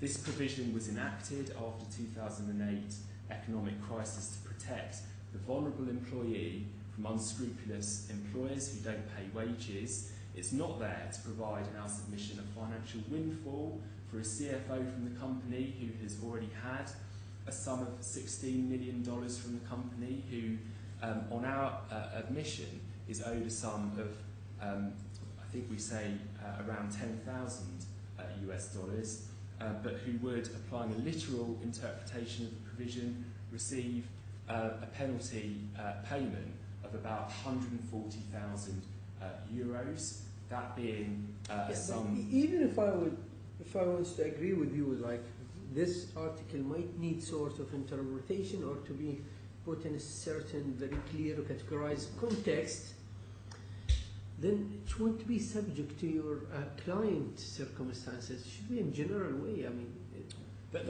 you just ask this court to look at your client's position and then give a special interpretation for your own benefit. My Lord, that's exactly right. If you are to imply discretion, and we say really that you must, applying the golden rule of interpretation, and we say this is actually nothing new, because I footnoted in my skeleton a small claim tribunal decision which effectively did this, although that's not binding on the court. That we say, were you to do this, you ought to exercise your discretion of all the circumstances of the case, considering the circumstances of the defendant, but also the claimant. But the key issue in our submission is this. Firstly, discretion as to whether any payment should be awarded, and we will submit that none should be awarded, principally because we say the claimant was terminated for cause, and it would be unjust to give him any sum by way of penalty. I've made other points in the skeleton as well, but if you're against us on that, then the key point as to the amount of the penalty is proportionality. In order to meet the purpose of the provision, but avoid the absurdity of a windfall to the claimant, you need to exercise the discretion to impose a penalty that fits the crime, fits the amount of arrears, whether that's on a percentage value or whether it's for a lesser period or whatever. The punishment must fit the crime. And so we say, yes, discretion as to whether any penalty should be made at all, then discretion is to amount. And those are our opening submissions, my Lord, unless I can assist you any further on any of the points raised at this stage. Oh no, so far so good. Thank you very much for that. Your Lordship, I just wanted to correct something that my learned friend has said. Oh, you need to correct, or is this? No, correct, unfortunately. I'm sure you want to talk about Article 57. No, not at all. Okay. It's a factual matter.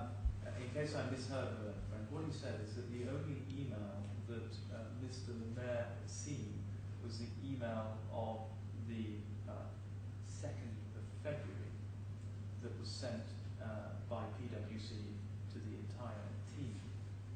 Can I just ask you to look at paragraph 22 of my skeleton? My Lord, that is a correction that we made, that the initial email, or I think it's the sum of around 4 million, was sent to Mr. Mr. Mayor by PwC thereafter, and so he'd seen that, and he'd seen the email from PwC of the 2nd of February, but he hadn't seen the $5.2 million email before the meeting with PwC. Yes. So Yes. just to put this into context, can I Yeah. invite your Lordship just to turn to tab 108 of bundle C6, just so that you earmark that for your own reference.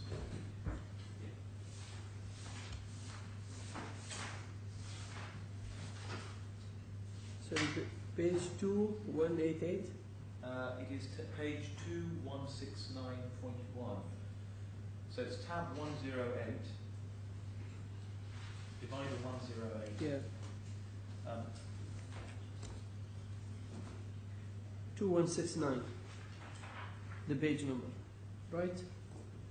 It is 2169, but actually the email that I'm looking for is the next one, which is tab 111. So if you look at this email, this was sent by Ms. Sindhu of PwC on the 28th of January at 14:57 to Pierre, saying, can I have the detailed listing of 4 million basic commission that has not been recognised?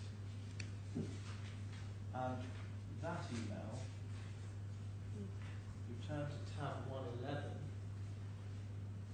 is then forwarded about 15 minutes later, tab 111, sorry? We said that. To Mr. Le Maire and Mr. Le Maire's wife about 15 minutes later. So they're well aware of the request by PwC for details of the 4 million that has not yet been recognised. Yeah, but I think he was saying like whether the claimant informing or not. But I see your point. It comes to his knowledge that. And it's suggested by Yeah. my learned friend that the claimant proposed a methodology, and that methodology was inconsistent with the methodologies in previous years. I want to make this observation. Yeah, that's a clear. Yeah. The claimant didn't propose a methodology of any kind to PwC, number one. And number two, there is a dispute between the parties about what exactly was the methodology in previous years. And on the basis of what the defendants say the methodology is, the claimant says there's a dispute there, I don't agree that that was the previous methodology. And therefore, the methodology adopted, the claimant says, in 2013 in the accounts differed. But what hasn't been identified, and in my submission will be by the trial process, is what is the difference between the parties' position on what was the historic methodology that was applied. And I'd invite you to be cautious and not to simply, as it were, Well, thank you for reminding me. yes, that there's all right. I didn't mean that flippantly. It's okay. Go ahead. All I'm saying is this, that we haven't identified clearly at this stage the distinction between the parties' positions on what the methodology adopted in previous years was. You'll note that the experts' report that the claimant produces refers to step 1, cash recognition, and step 2, a review at the end based on IFRS principles. And the claimant maintains that that is the process that was followed year on year. And it may not have made any difference in particular years, but in this year it was necessary to at least invite PwC to consider step 2 in light of the number of delayed launches and the sheer size of deferred revenue for that particular year. So there's no proposed methodology sent by the claimant to PwC. I see. Is there anything you add? Well, my lord, just to say that the point about what Mr. Lemaire knew with the emails that you were taken to by my learned friend is that he was unclear as to whose proposal this was, whether it was PwC's or whether it was Mr. Leese's, and for reasons that he gives in his written statement, that was material and that shapes what happened in that first stage of the 11th of February meeting. That's the point. Thank you very much. So I think we've finished. Let me see. Can you bring it?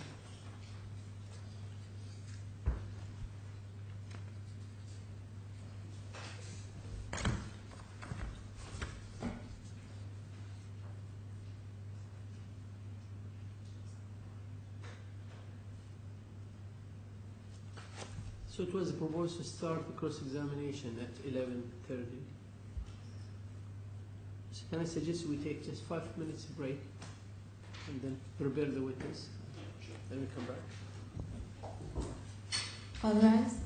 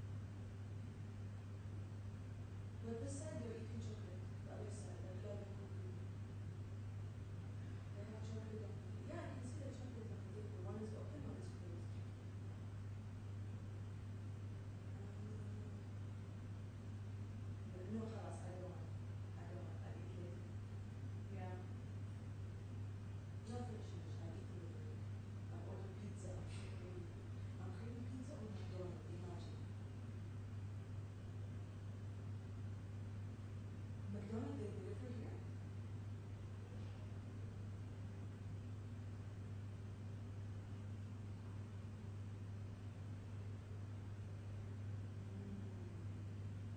I don't know if I'm going to do it. Okay.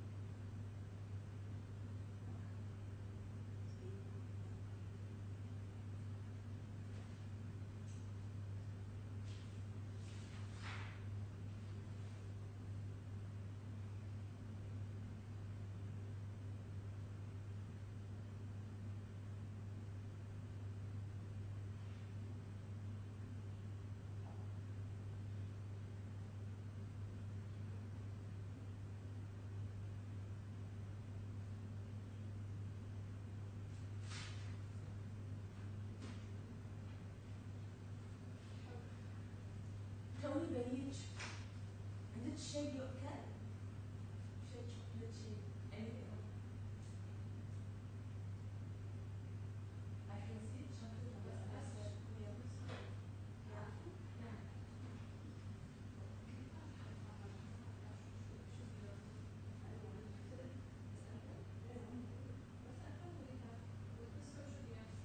بس ديانتك أو بس من مسيحي بس أصلا حتى لو كانت ديانتك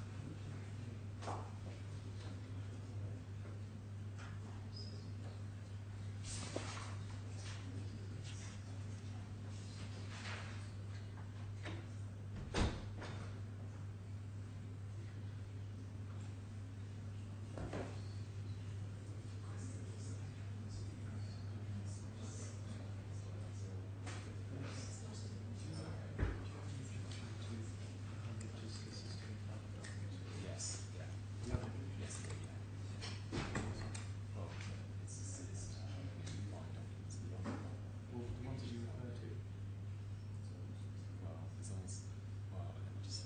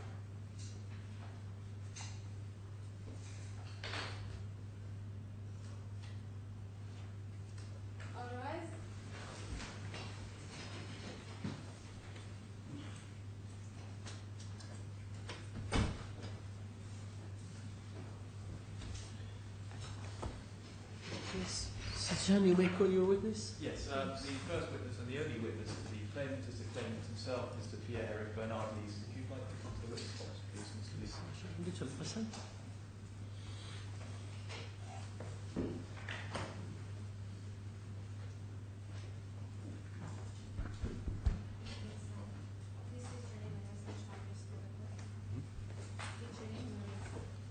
My name is Pierre-Eric, please.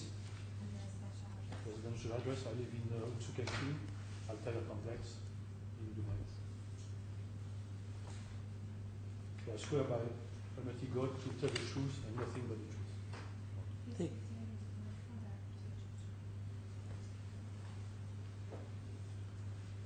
Mr. Lees, there should be a bundle marked Volume B to your right, which contains witness statements. Could you just pull that out for a moment?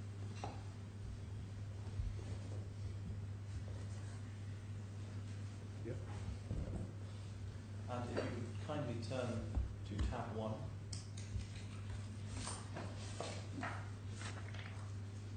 Which contains your first witness statement, and you turn to the last page, please, of the witness statement. And Mr. Lees, is that your signature? It is, yes. Okay. And if you can turn to tab 2 now, please. Your second witness statement. Last page, please. Again, is that your signature? It is, yes. And you can confirm that the facts set out in your witness statements are true. I confirm. Thank you. If you remain there, there'll be some more questions for you. Mr. Lees, I'm going to start by asking a few background questions that are hopefully going to be uncontroversial before moving on to some of the documents in this case. You started your career as an electrical engineer.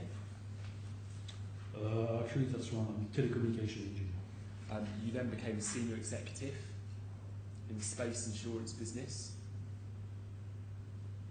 In the space business, I was more like a commercial and marketing guy. Yeah. working for Alliance and its subsidiary? No, that was in the space industry. Yeah. When I joined insurance industry, I became indeed executive Yeah. at Alliance. You have no qualifications in accountancy. Well, I had because in my world, in the space world, I was in the financial world. But no formal qualifications. That's or correct. anything. No prior experience in accountancy prior to founding Elseco. Is that right?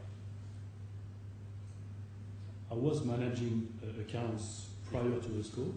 But not in accountancy. I was managing, for example, financial audits before Elseco. You hadn't occupied a position of CFO before. I had occupied a function of CEO, But not. but there was no CFO, so I was also handling this So in function. answer to my question, yes, before you joined Elseco, you'd not been a CFO before. Correct. But you said you practiced in some of accountancy sections before that. Sorry, can you say again? You said you have practiced in some of the accountancy department or finance before that. Yes, indeed, my lord. For how long? You mean before Elseco? You practice anything related to finance? Yes. My lord, I really started to go into finance in 2007 when I joined, 1997 when I joined AGF. 1997 to up to? Up to now. Up to now, you've been dealing with finance Correct. and financial report and things like that. Correct. Yes, Mr. You Edward? were appointed chairman of Elseco's board in May 2007, Correct. and you held that role for about 6 years until you resigned from that role in January 2013. Yes. You were a joint shareholder from the outset of Elseco, joint shareholder with Mr. No. In fact, the initial shareholder of Elseco was Alliance. Sorry, when Elseco was incorporated in DIFC, It was Alliance property. Yes. and then you and Mr. Lemaire were joint shareholders in the business. Yes, we became a joint shareholder at the end of 2008. You were appointed CFO on the 13th of June 2009. No. I was appointing CFO. I was appointing CFO right from the outset of Elseco in 2007. When Elseco first started, you didn't have an accounts team. That's right, isn't it? No accounts executive. That's right. In the first days of Elseco, we were just the two of Monsieur Le Maire and myself, but we got the accounting was one of the first employees we had. You were an extremely senior employee within the business. Yes. You occupied a position of trust within Elseco Yes. because you were handling its financial affairs, Yes. and you were under a duty to act in the best interest of Elseco at all times. Yes. In terms of management, Mr. Lemaire was CEO. Yes. Correct. He had overall responsibility for day-to-day operations and management. I must say this is not quite correct. We manage on a day-to-day the company, and when he took over, or when I sold my shares to him, he was really more in charge on day-to-day management. His wife, Letitia Tollon, joined Elseco on the 14th of January 2014. She came into the office on that day. But it was envisaged that she would take over your role as CFO after your agreed departure. Initially, can you be more precise? When she joined in January, it was envisaged she would take over your role as CFO after you left. Yes. When she arrived, I was told that she might be CFO. Yes. And she would, as such, she would be joining the management team of Elseco, CFO. We haven't talked about that, but that's obvious, I would say. Yeah.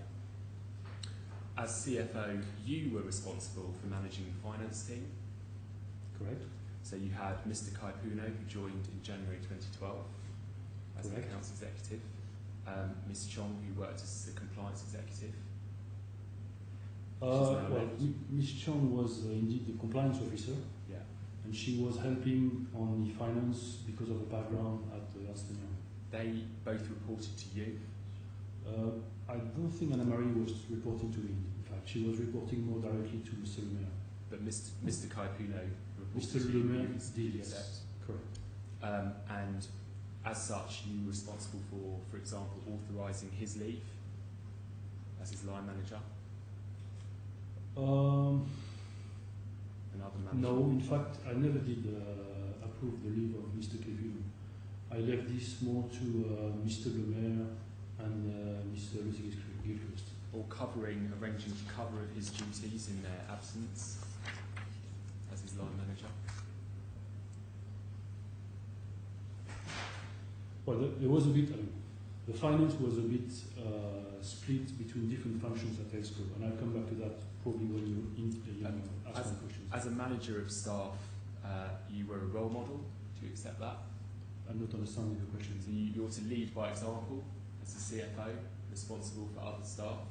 Yes, I was leading the team, yes. And you're to set high standards of exemplary conduct. Yes. In terms of regulatory standards, Elseco is regulated by the DFSA. You were an authorised individual. Yes. You were personally regulated by the DFSA. Yes. You were required to continue to demonstrate that you were fit and proper. Yes. You were bound to act in accordance with the 6 principles for authorised individuals. I'm not sure what the 6 principles are. Could you just... Observing high standards of the one integrity, you said, fair okay, dealing, yes, I do. acting with due skill, care and diligence in carrying out your licensed function. Yep. International accountancy standards. Accounts should be prepared in a prudent way, shouldn't they? That's an international accounting standard. Compliant to IFRS. And what that might mean is known costs should be recognised as soon as possible. Mm-hmm. Do you agree? Yes. Revenue should be recognised when it becomes certain. Oh no, these revenues and all the revenues in general have to be in accordance with IFRS. Yeah. But And IFRS contains different rules, and in particular in terms of certainty of getting these revenues. yeah, in a nutshell, the principle is recognise the revenue when it becomes certain, however so defined. Well, no, I cannot agree with this statement. The IFRS is pretty precise about how to recognize revenues, so I will stick to that definition. Another fundamental principle of accountancy is consistency. Yes. Accounts should be consistent year on year by applying the same methodology. Yes, there could be changes in methodology, but that has to be documented in a proper manner. Yeah, if changes occur, it's got to be well explained and clear, Yes. because you don't want to mislead investors, auditors, shareholders. I agree with this, yes. In terms of the SCA, in June 2011, you agreed a 4-year exit strategy with Mr. Lemaire. Yes, I don't like the term exit strategy because that's not really clearly what we said, but I sold my shares against certain monies and certain obligations. And at the end of that, it was envisaged you would exit Elseco. Yes, but it's not a strategy now. Move to I don't think we need to go to the SCA, but just to summarise that up until 2012, in terms of the payments that you received for your shares, they totaled about $13 million. Yes. Yes. Yes. And you received a payment of about $3 million on account for 2013. Recently, yes. And I think you contend this was not enough, and that's the subject of a separate arbitration proceedings, isn't it, the previous amounts? I agree. And in terms of the final payment, I think everyone agrees that that was a crucial year. Oh, you ask him about everyone agreement or about his opinion? Sorry, about the final payment under the agreement, that final payment Well, in it was. 2013, made 2013 a crucial year. I think probably maybe can you define crucial? What you mean? Well, it represented your last payment from Elseco for your shares. Can I elaborate a bit? Do you agree with that? No, I mean crucial. The last payment had nothing special in terms of definition on retained earnings. Cool. However, there was a number of substantial other amounts which had to be dealt with on the last year.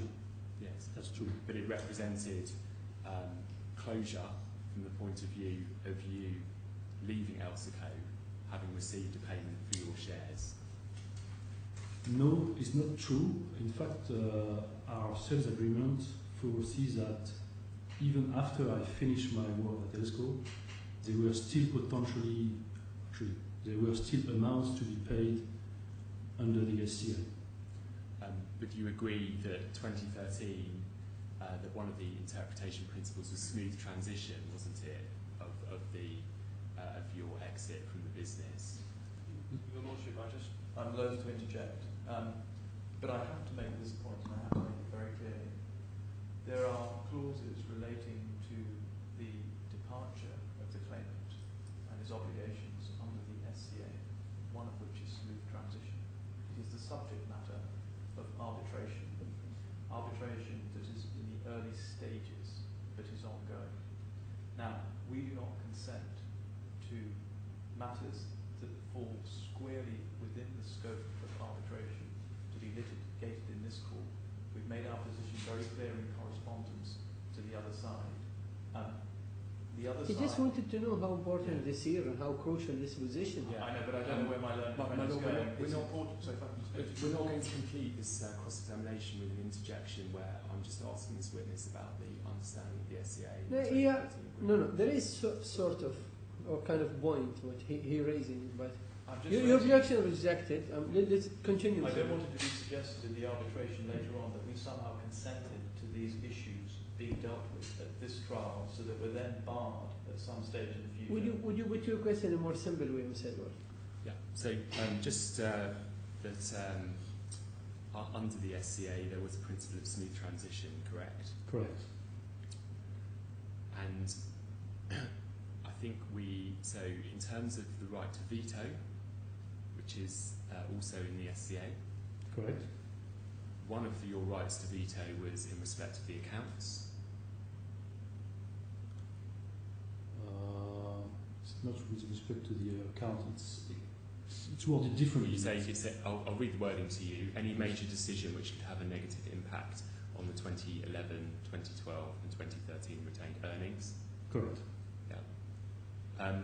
Now, if you were, so the retained earnings figure in 2013, as in previous years, was to be based on the 2010 retained earnings figure, correct? Methodology. For the SCA, correct, yes. Now, if it was you that were to suggest a change in methodology in the accounts in 2013, that could create a conflict of interest between your financial interests under the SCA and your position as CFO responsible for the company accounts. I disagree with this statement.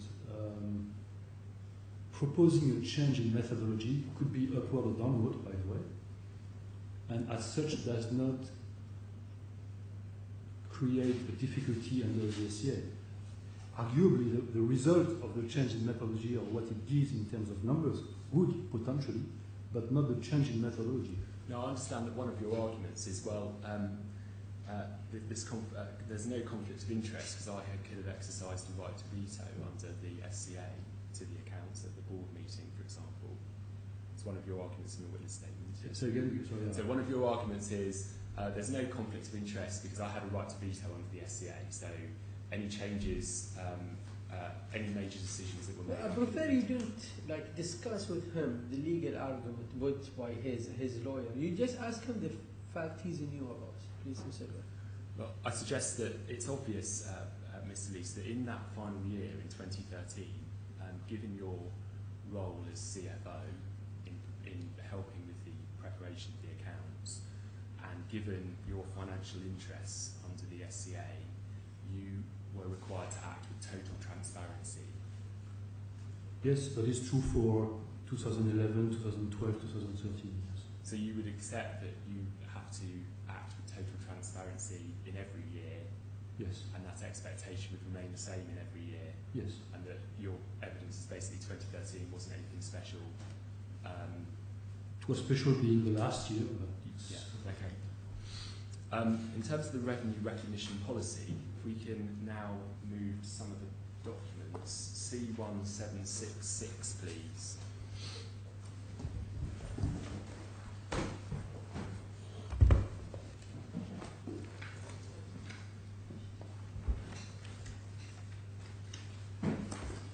Page number, please. 766.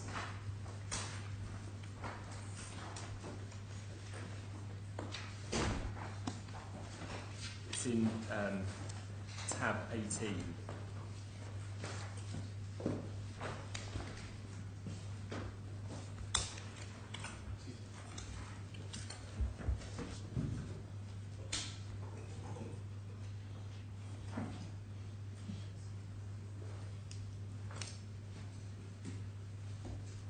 Now, Mr. Lees, these are the financial statements for year-end December 2010. Yes. And the basis on which retained earnings would be calculated under the SCA in subsequent years. Yes. And if we turn to page 778,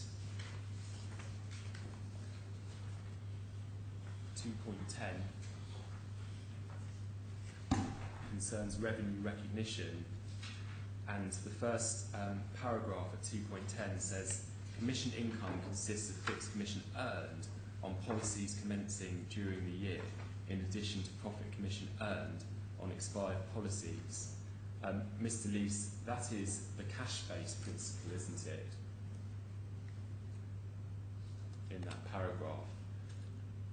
Well, The revenue no. is revenue is based on premiums actually earned rather than on an accrual basis. Well, as you will, we will probably develop this 2.10 paragraph contains a certain statement which might diverge from what's in the numbers. And for example, on the first sentence, the sentence exactly says policy commencing, so here it refers to the start of the policy, and that's quite different from what we've done. So I don't think this refers to the cash principle. Mr. Leeson, just at this stage asking you about your understanding of the meaning of the revenue recognition statement in the accounts rather than the figures, which is a separate point. Right. But it is right that where it says commission income and then ... commission earned, that means that its revenue is recognised based on premiums actually earned rather than work done on the policy. That would be, say, work in progress or WIP, wouldn't it? Not earnings. Well, the principle that we adopted is a two-step approach. Step one approach is to recognize revenues on a cash basis, and second, look at what falls outside of that cash rule, Well, based on IFRS. Now, I would say it will not be possible to me here to tie any sentence to what we particularly did or did not do under the numbers. I can tell you what we did historically. Okay, I can go through the words of that definition. That contains some sentences or some words which does not reflect exactly what we did. well, But we say that this first paragraph means what it says, the cash-based principle. You may disagree as to whether that was applied in practice, but that's a separate point. The second point to make on page 778 is the next paragraph where it says fixed commission income is recorded on the date when risk attaches. That's the first sentence, isn't it? Correct. You know full well that the risk attaches in the case of launches to the launch of the rocket. That's when the risk is, isn't it, on launch of the rocket? In the underlying policy, it is correct. But in practice... However, in practice, yes. In practice, the commission was recorded not on the day of the satellite launch, as it's written here. Please, it's not recorded on the day of the launch, but it was recorded on the day the premium was paid to us. Yes. Which is different. Which is different. Right. There are two principles here. One is the cash principle. We've dealt with that first paragraph. Yes. Second is when risk attaches, that is launch. It's not an estimated or intended date of launch. Do you agree? I think Mr. Edward, he tried to make a point where even the postponed launches, there is some of them are made in advance, I think, like commission received in advance, maybe the launch is delayed. I think he tried to distinction. Then you need to put your request in a more clear way to him. There may be, firstly, a premium received,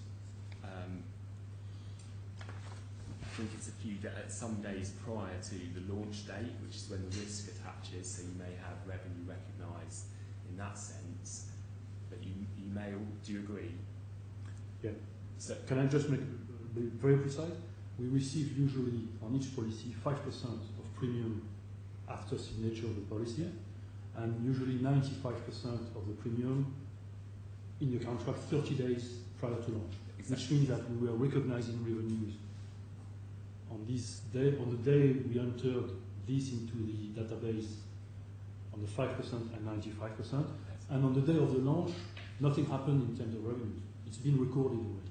But where a customer can, where a launch has been postponed, ask for a refund of the balance of the premium that they paid, the 95%, aren't they? They can, in the policy, yes, they can. But on the cash-based principle, where a customer has not requested for that balance to be returned, it can be recognised as revenue. I agree, but again, it was recognized as revenue when we got the 95%, irrespective of whether or not it was reimbursed. If it was to be reimbursed later, again, the reimbursement will occur on a cash basis when it was reimbursed. To be clear, and perhaps we can short-circuit matters, that revenue is not recognised where where a launch has been postponed, but no request for refund of the premium has been. Sorry, let me just rephrase that question again. So, to be absolutely clear,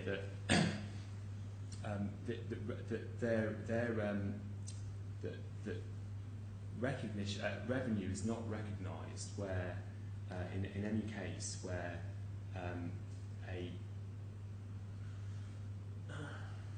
launch has been postponed. That's wrong. But the premium, the balance of the premium has not yet been received.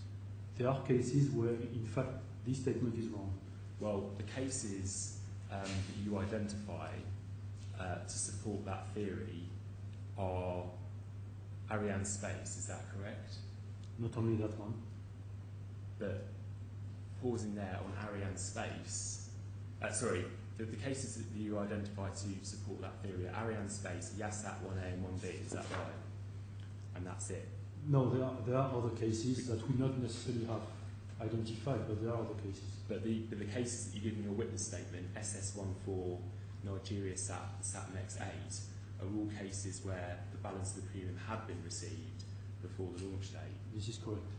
So the only two examples that you can give in your witness statement to support that policy are Ariane Space and YASAT 1A and 1B. Yes. But again, there were some revenues which were recognized for launches which didn't take place, okay, and on which we didn't have the cash. There were other ones, but they were smaller in numbers. Well, you've not I have not provided those examples. Just turning to the two examples then. Firstly, Ariane Space, that was a 2007 revenue recognition, wasn't it? Correct. So it was in the year of Elseco's incorporation. Correct. There was no in-house accountant at that time.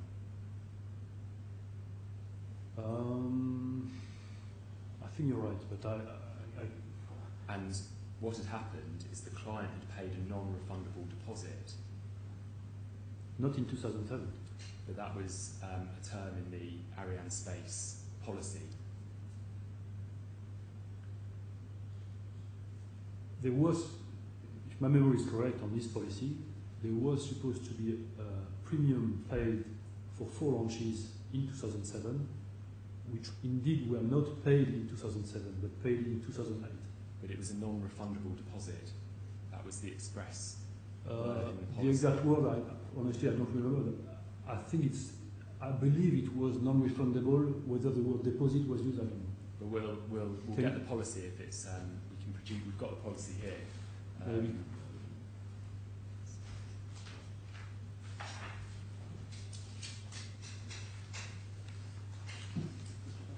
Because We haven't seen this document.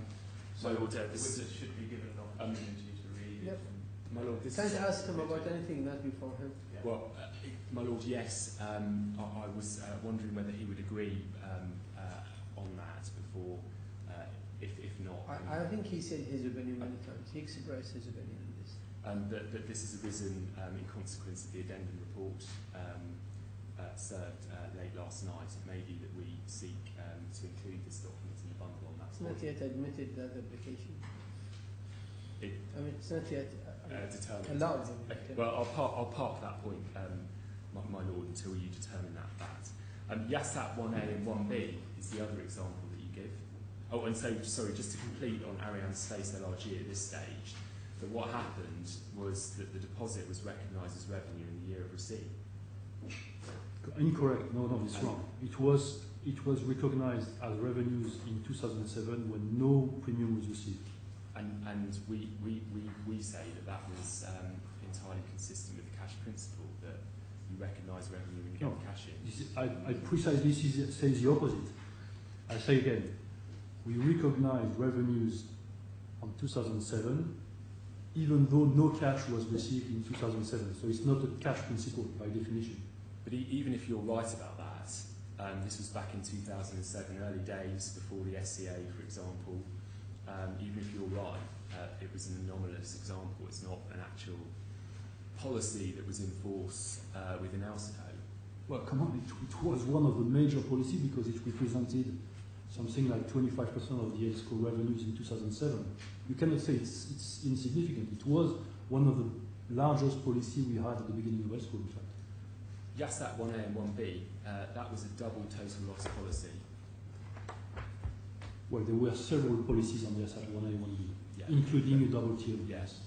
And that's an unusual policy, isn't it? In terms of risk reinsuring, there are not so many multiple total loss, I agree, but in terms of work to be carried out by Elseco, it was not unusual. But what it means is a claim can only arise where both satellites fail.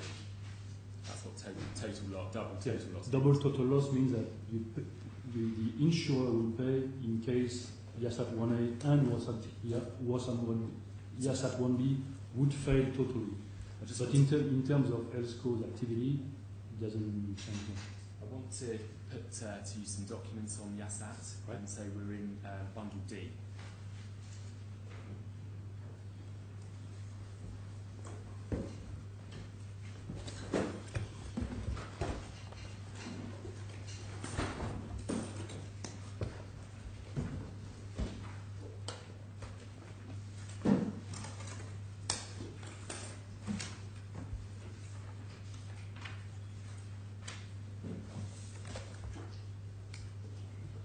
can you turn to 2885?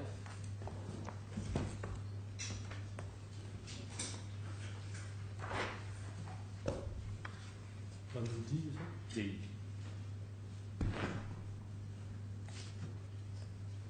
Say the number again, please. 2885. Ah, sorry.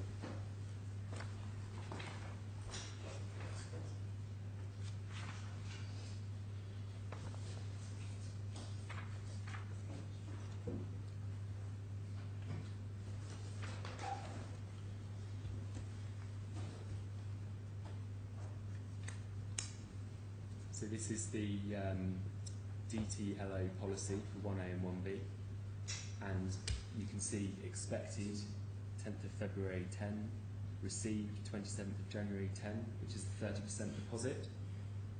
You see that? Yes, this is not the policy, but it's a accounting document. Yeah. So usually you would get 5% deposit.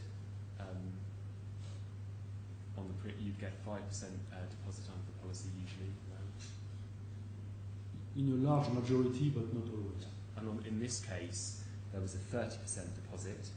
Correct. It's a large deposit. Correct. And that was received on the 27th of January 2010.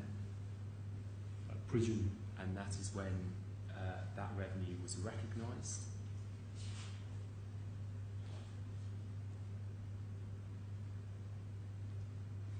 In fact, the revenue related to that deposit was recognized at that date, yes. Yes. And then the balance is due on the 28th of February 2011, which is the expected date. Yes. But it was received on the 1st of March 2011, I believe so. 70% balance. And that was recognised as revenue on the 1st of March 2011. No, that's wrong. A very significant part of the revenues related to the balance premium was recognized in 2010. No, what was recognised in 2010 was the deposit and not the balance. Incorrect. If we move on to a couple of other documents, so 2,890. Second, please. 2,890. Part of this document's been redacted, but it's the defendant's account statement for the date is the 31st of January 2010. And this shows that the 30% deposit was received on that date. Okay. Yes. And then 2889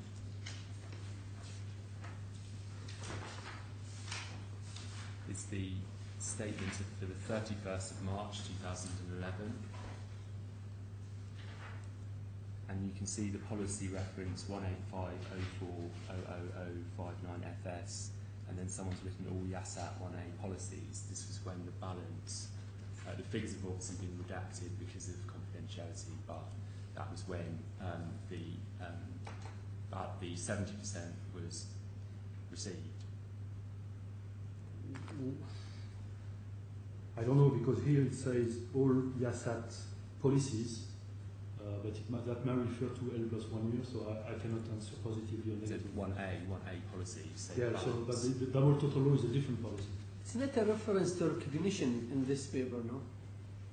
This is not a reference to a recognition for the asset payment.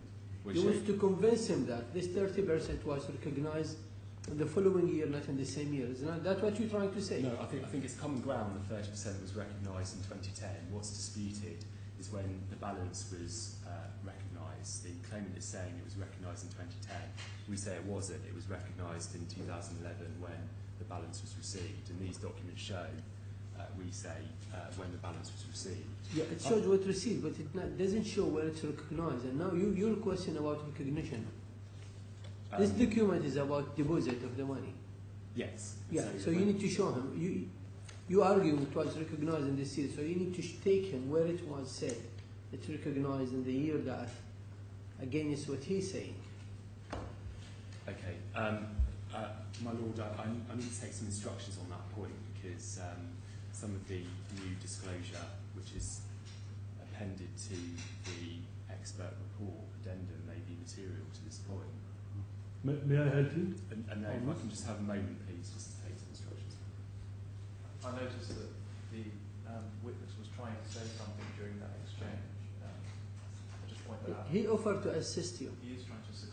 to make it clear when it was recognized. Is that right? If you allow me, it's a very simple way of knowing when it was recognized. It's for him, let's see. Do you want the witness to assist you with this? Well, I'd like to take some instructions first and then... Why not? Why not? ...can respond.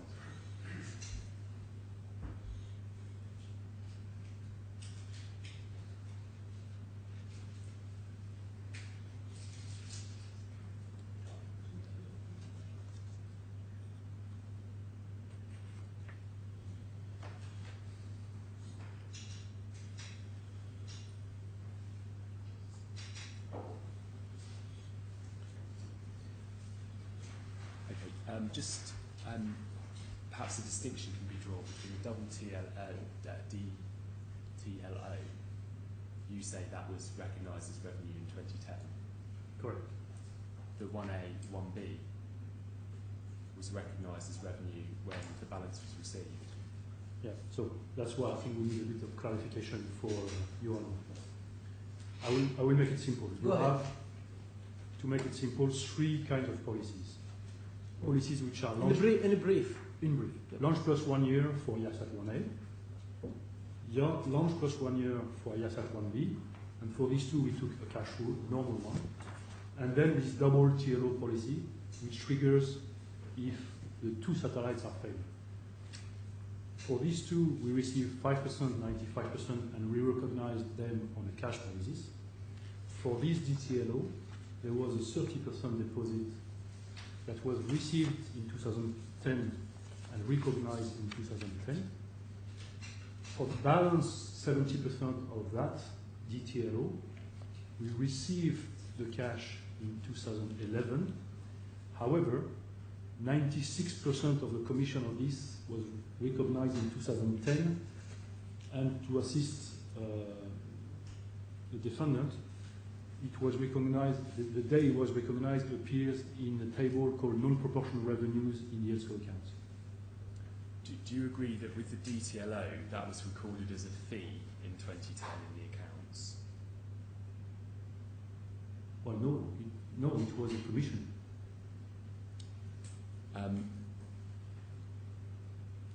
Where in 2011 and 2012, with the IASAT 1A and IASAT 1B, they were the years, weren't they, where the launches took place respectively for 1A and 1B?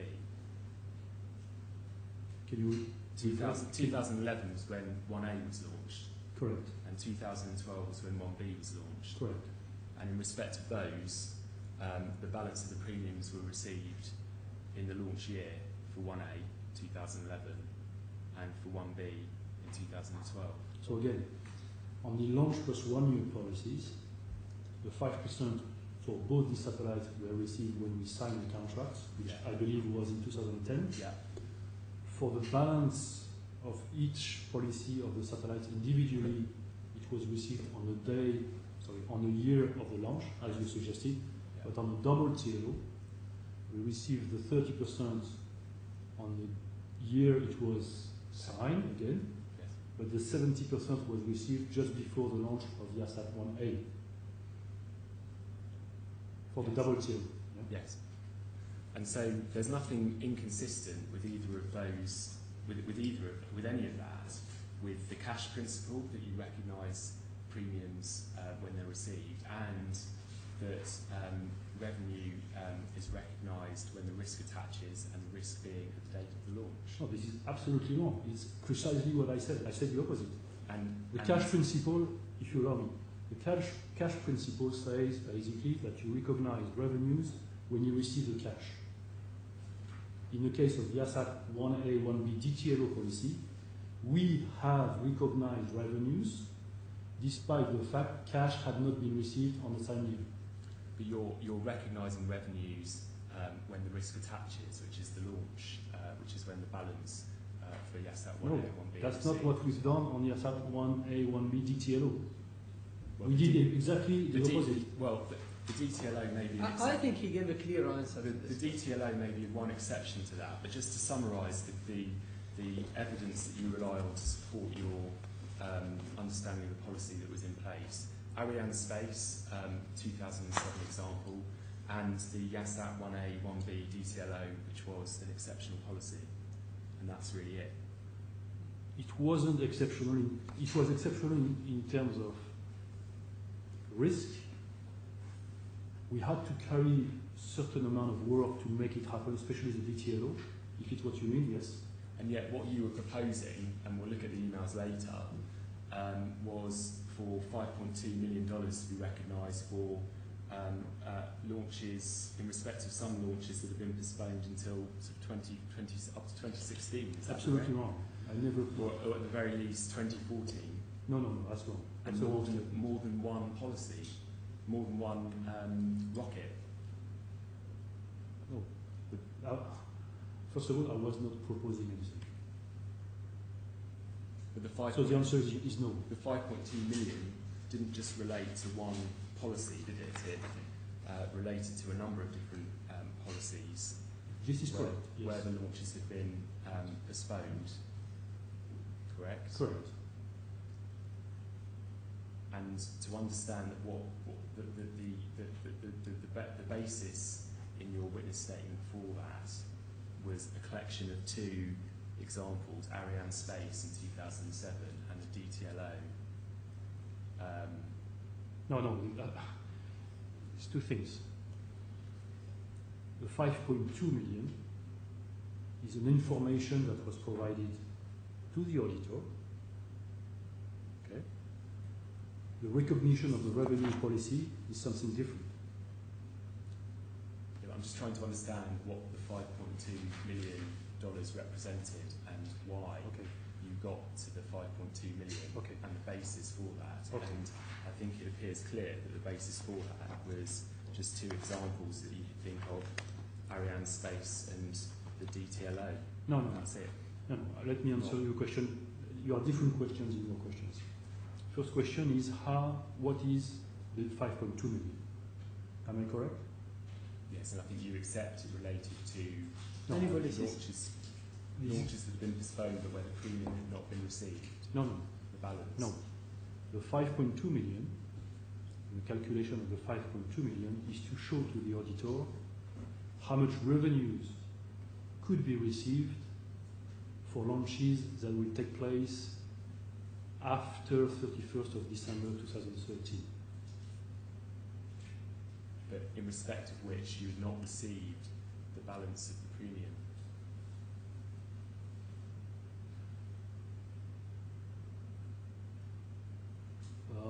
Is this correct? The way the calculation was on the 5.2 was basically to take the database, look at when payments were expected, and just put into that number when payments were expected after 31st of December 2013. Yeah, payments expected but not received. But not received, correct. With the exception of Amazonas and Astra, for which I had to make a little adjustment. But that's different. That's a different a request for refunds of the premium. Yeah, no, but I'm explaining you how I calculated the 5.2. The 5.2 was calculated taking in the database all the expected date of payments for the future. Okay. Remove the one that for which we expected payments for the future that were already in the accounts, and that's what gave the 5.2 million. It was a number calculated based on the database extract, which I've provided to PwC. We'll move on to Amazonas 4A, which is slightly different. but just by way of background, 95% of the premium was received in November. I think it was 2013. Yes. And once the premium is received, as usual, it sits in the defendant's insurance bank account. So premiums are paid in. We've seen, for example, with Yasat 1A and 1B that they sit in the bank account, HSB bank account. Correct. Yeah. And in November, the announced launch was postponed until about mid-March. No. In November, the launch, there was uncertainty. There was a technical problem on the satellite, and there were uncertainty on when the launch will actually occur. Okay, but they said it was going to be postponed. They had to do some investigation technically to figure out when they could launch it. And then can you turn to bundle B, please?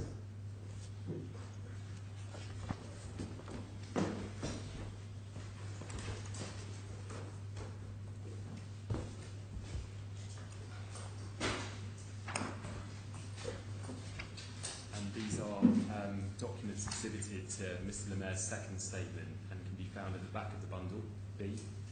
And they're 459.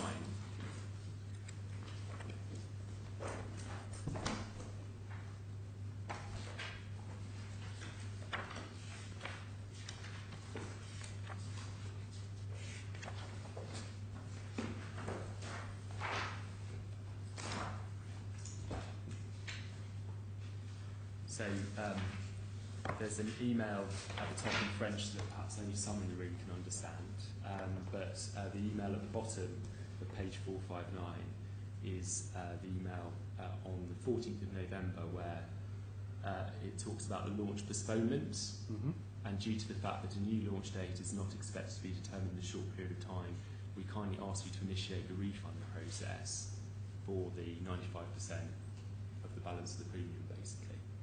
Yes. Ordinarily, the standard period for returns of premiums would be within 30 days of the request. Yes.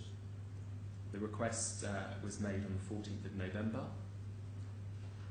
Yes. And so ordinarily it should have, the premium, the balance of the premium should have been returned by, say, the 14th of December. Well, no, in this case, no, because the demand for refund was inconsistent with the terms of the policy. Yeah, but ordinarily, standard terms would be that you would have refunded the premium by mid-December. No. 30 days after. But I think you're asking him about a particular case. He should give a clear answer to that. He got the answer, please. Okay. Ordinarily, what happened is when the launch was postponed by more than 90 days, then you had to refund the premium. This is what the policy says. Okay? This policy doesn't say anything different, except that in this case, there was uncertainty on when the launch would actually occur, so on the postponement, number one. And number two, on one of the policy, which is L+1, the client had failed to pay on time, as it was supposed to happen. So there were, number one, a deviation in terms of expected payment versus actual payment. Number two, we were not within the 90 days delay of the contract. So this is why we enter a discussion at the time. But then at 461 is your email in response on the 19th of November. And you have had a discussion, so as discussed yesterday, we're prepared to accept the following. And then point two, if by end of next week the decision is made that no launch can occur before February 1st, the 95% premium shall be returned on the 2nd of January 2014. Yes. So, I mean, between this email and my answer, there was a discussion with the client. Yeah, and then what you've agreed is for the premium to be returned on the 2nd of January 2014. Correct. If the launch would have been postponed. Which is 2 days after the year end. Yes. And so this created a situation where there was cash in the account for this as at the 31st of December 2013. the cash was in the company as of 31st December Yeah, 2017. and so it was recognised as revenue. No, it wasn't recognised as revenue because this had been requested to be refunded. No, this is wrong. It was recognized in the revenues. I mean, it depends. I mean, there were some draft accounts which were sent by the accounting team on the 26th. Are you referring to this account? It wasn't ultimately recognised. Ultimately, after I left the company. The reasoning being that You propose that it should be recognized. No, Oh. no, you know. In fact, I didn't propose anything at that time. Yeah. It was recognized automatically by the machine as per the cash rule. I see. well, if we just have a look at, so keep open 461, but turn to C6 2066.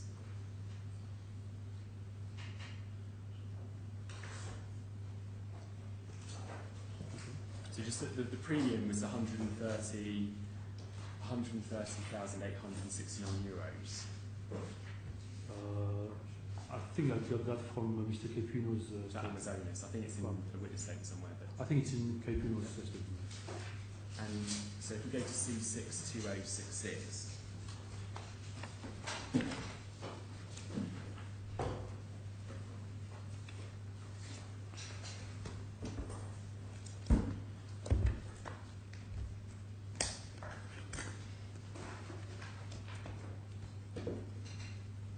C6. 2866. C6 2066.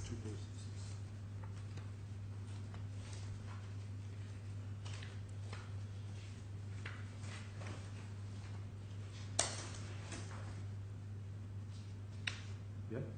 So this is the 1st of January 2014, the day after the year end. That afternoon. 2066. Yep. You send an email to Mr. Kaipuno entitled Attaching Non-Proportional Revenues from Outstanding Premiums. See that? Yeah, yeah.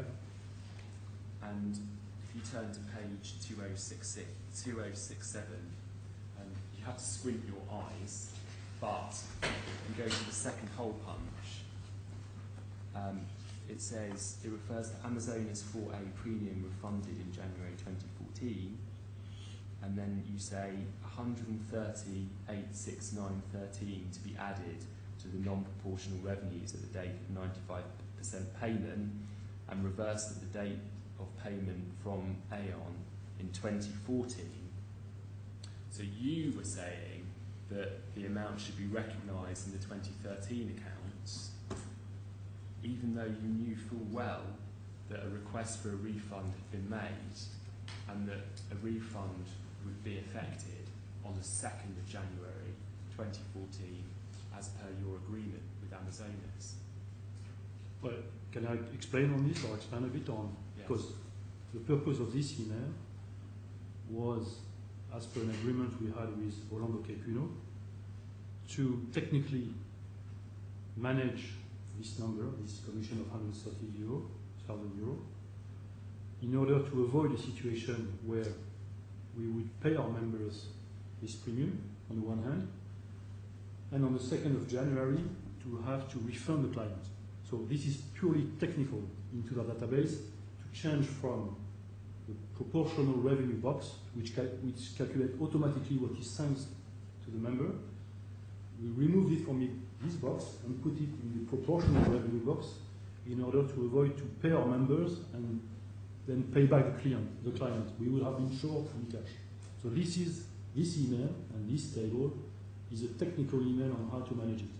Now, you have asked me a second question, so I'm going to answer the second question. You said, knowing you recognize that revenues, knowing that it would have been reimbursed on the 2nd. This is correct. However, when we reimbursed it, we also knew, and I wrote an email on that we were supposed to receive back again 18 days later, on the basis that at that time the launch was supposed to occur on the 20th of February.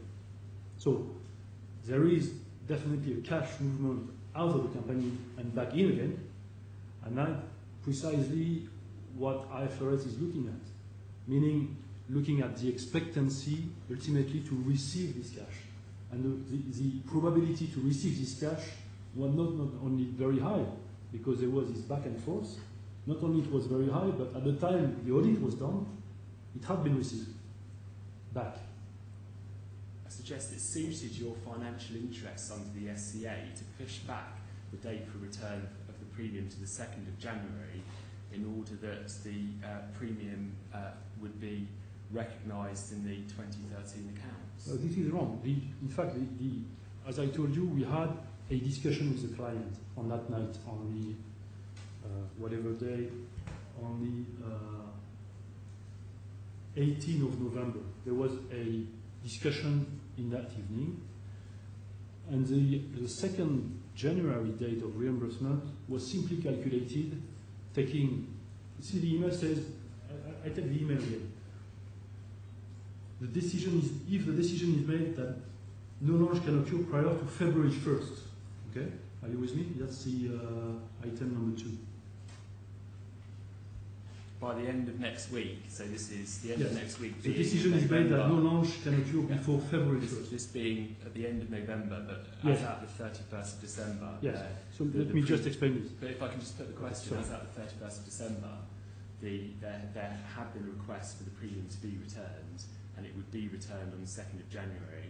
Yeah, but I'm trying to explain to you why the 2nd of January. But I'm suggesting to you you've chosen that date. No, I'm trying to explain to you why this date is the 2nd of January.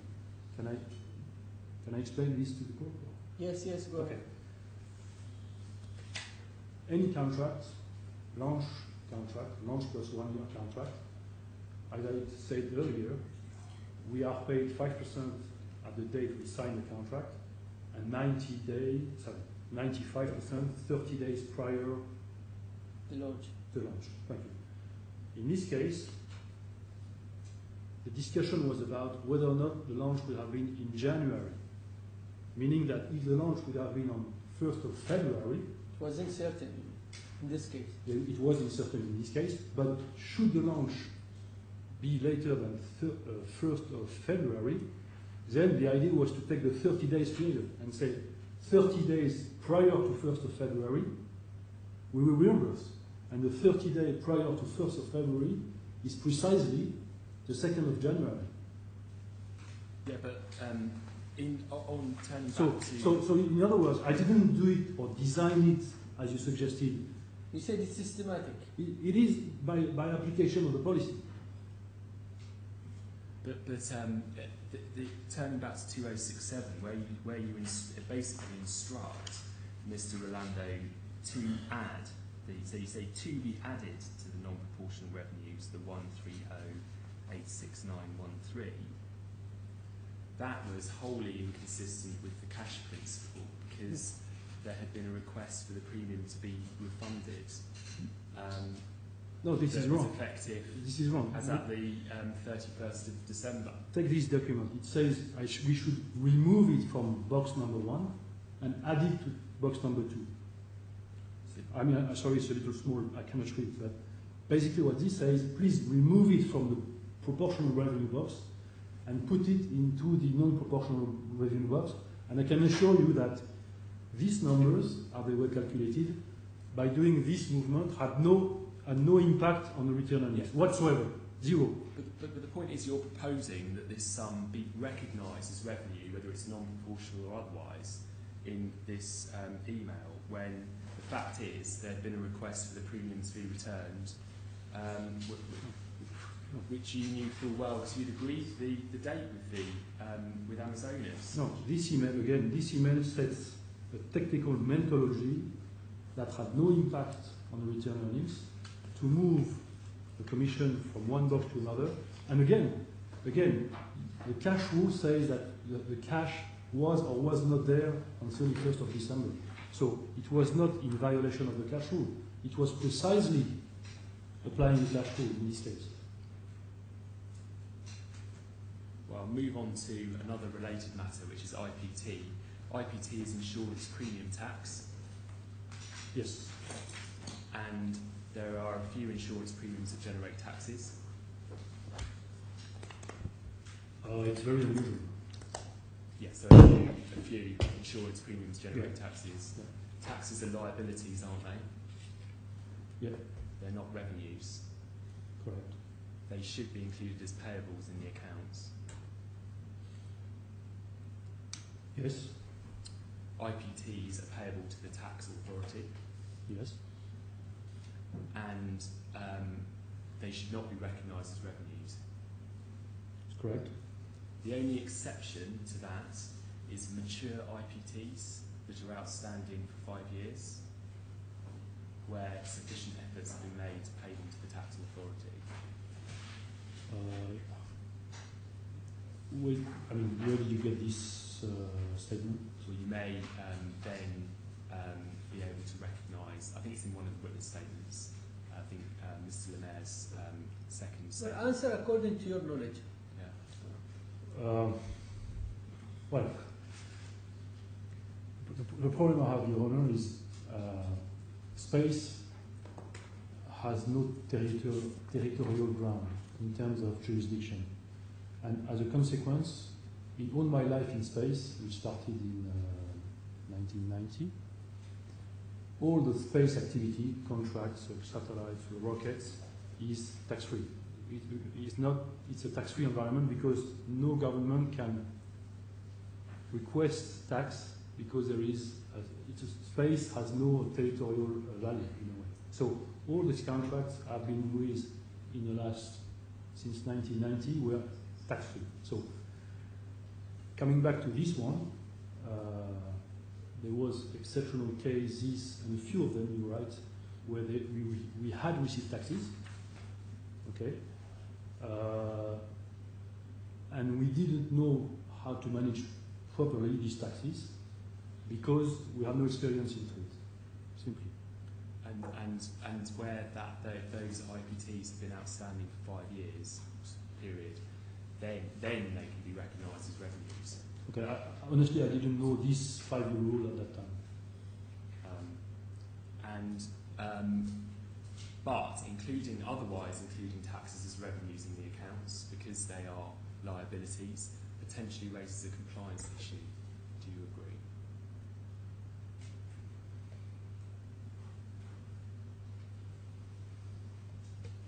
I think it requires certainly auditors to have a view on it.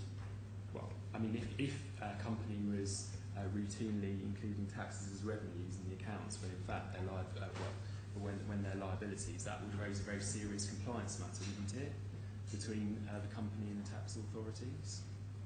But what is inconsistent between your statement and the reality is when we have done this in some years, because that I agree that occurred, it was done in coordination and after approval of the auditors. So, in other words, not being very familiar with the tax, we, in each audit, in a few occasions where we did this, and that happened, I always made sure that the question was raised to the auditors, the amounts were shown to the auditors, and it was done in transparency. Yeah, which goes back to the compliance issue, doesn't it? Because if taxes are being recognised as revenues when they're liabilities, that is a potentially non-compliance with accounting standards and the problem, sir, is if you ask an auditor to opine on something, has a very good level of expertise, and that was the case for KPMG, that was the case for Ernst & Young, and that was the case for PricewaterhouseCoopers, which are very famous firms. When you ask this firm to opine on how to deal with this, and they give you a authorization or they approve the accounts after having asked a lot of questions about this, I can accept that it could raise a potential compliance issue, but again, someone has to be aware, or someone has to inform, or has to raise some compliance. And the fact is, nobody did. If we just move on to, before we finish for lunch, 2011, C1752.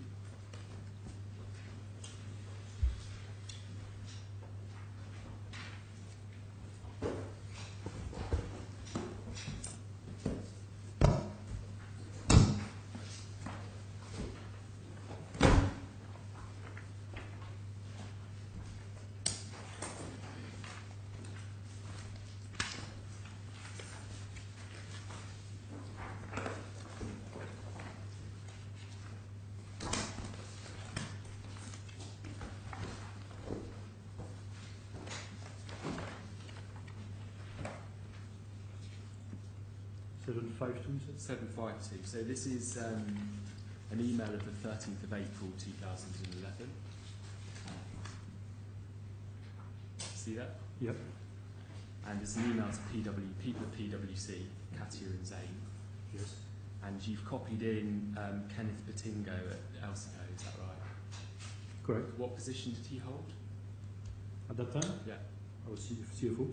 And then Anna Marie Chong, she was the compliance executive. Compliance officer, yes. And you say, as discussed, please find enclosed the details of the revenues accounted for in 2010, which concern launches which will happen after the 31st of December 2010. Just to be clear, the attachment 753 onwards is quite difficult to read, in fact, impossible to read. But you were talking in this email about premiums which have been received, but where the launches have been postponed. Is that right? Do you recall? Can you say again? In this email, were you referring to premiums which have been received, but where launches have been postponed?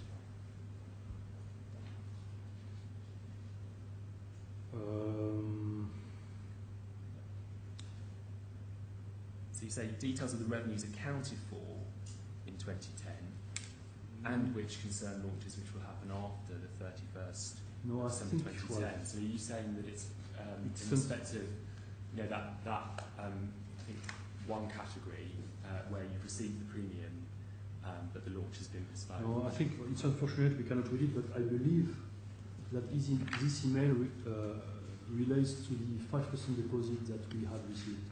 5% deposit. The 5%. So launches that occur after 31st of December 2010, and for which we had received the 5%. I believe.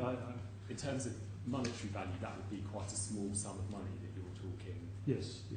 about to Yeah. be recognised. Yes.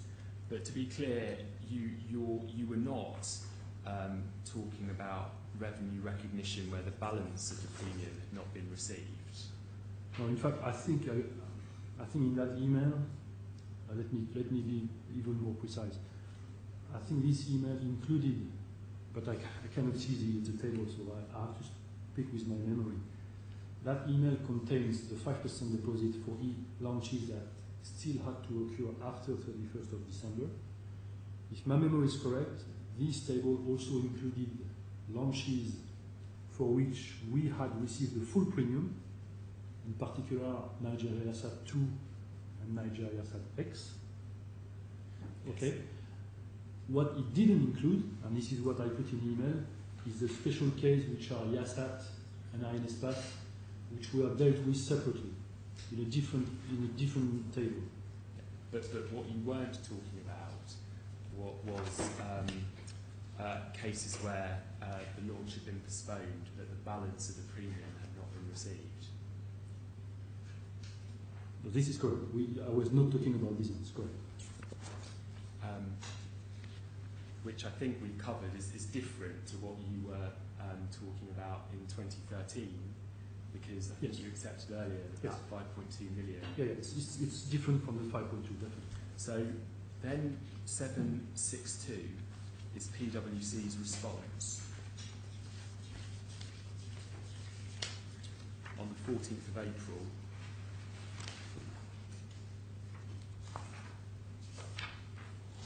And they're proposing a list of adjustments to be made to the financial statements. Mm-hmm. And they say commission revenue recorded on collection deposit premium does not relate to policies where risk is attached. And then they say it should not be in the 2010 commission revenue. The amount is 106,000 and is not material, and I'll propose it on the list below. So because the amount was not material, it's recognised, but PwC are clearly saying that the premium is recorded when the risk attaches. Well, no, it says the opposite. It says that they accept the fact that we recognized it in 2010, based on their analysis. And again, it doesn't include neither YASAT nor INSPAS.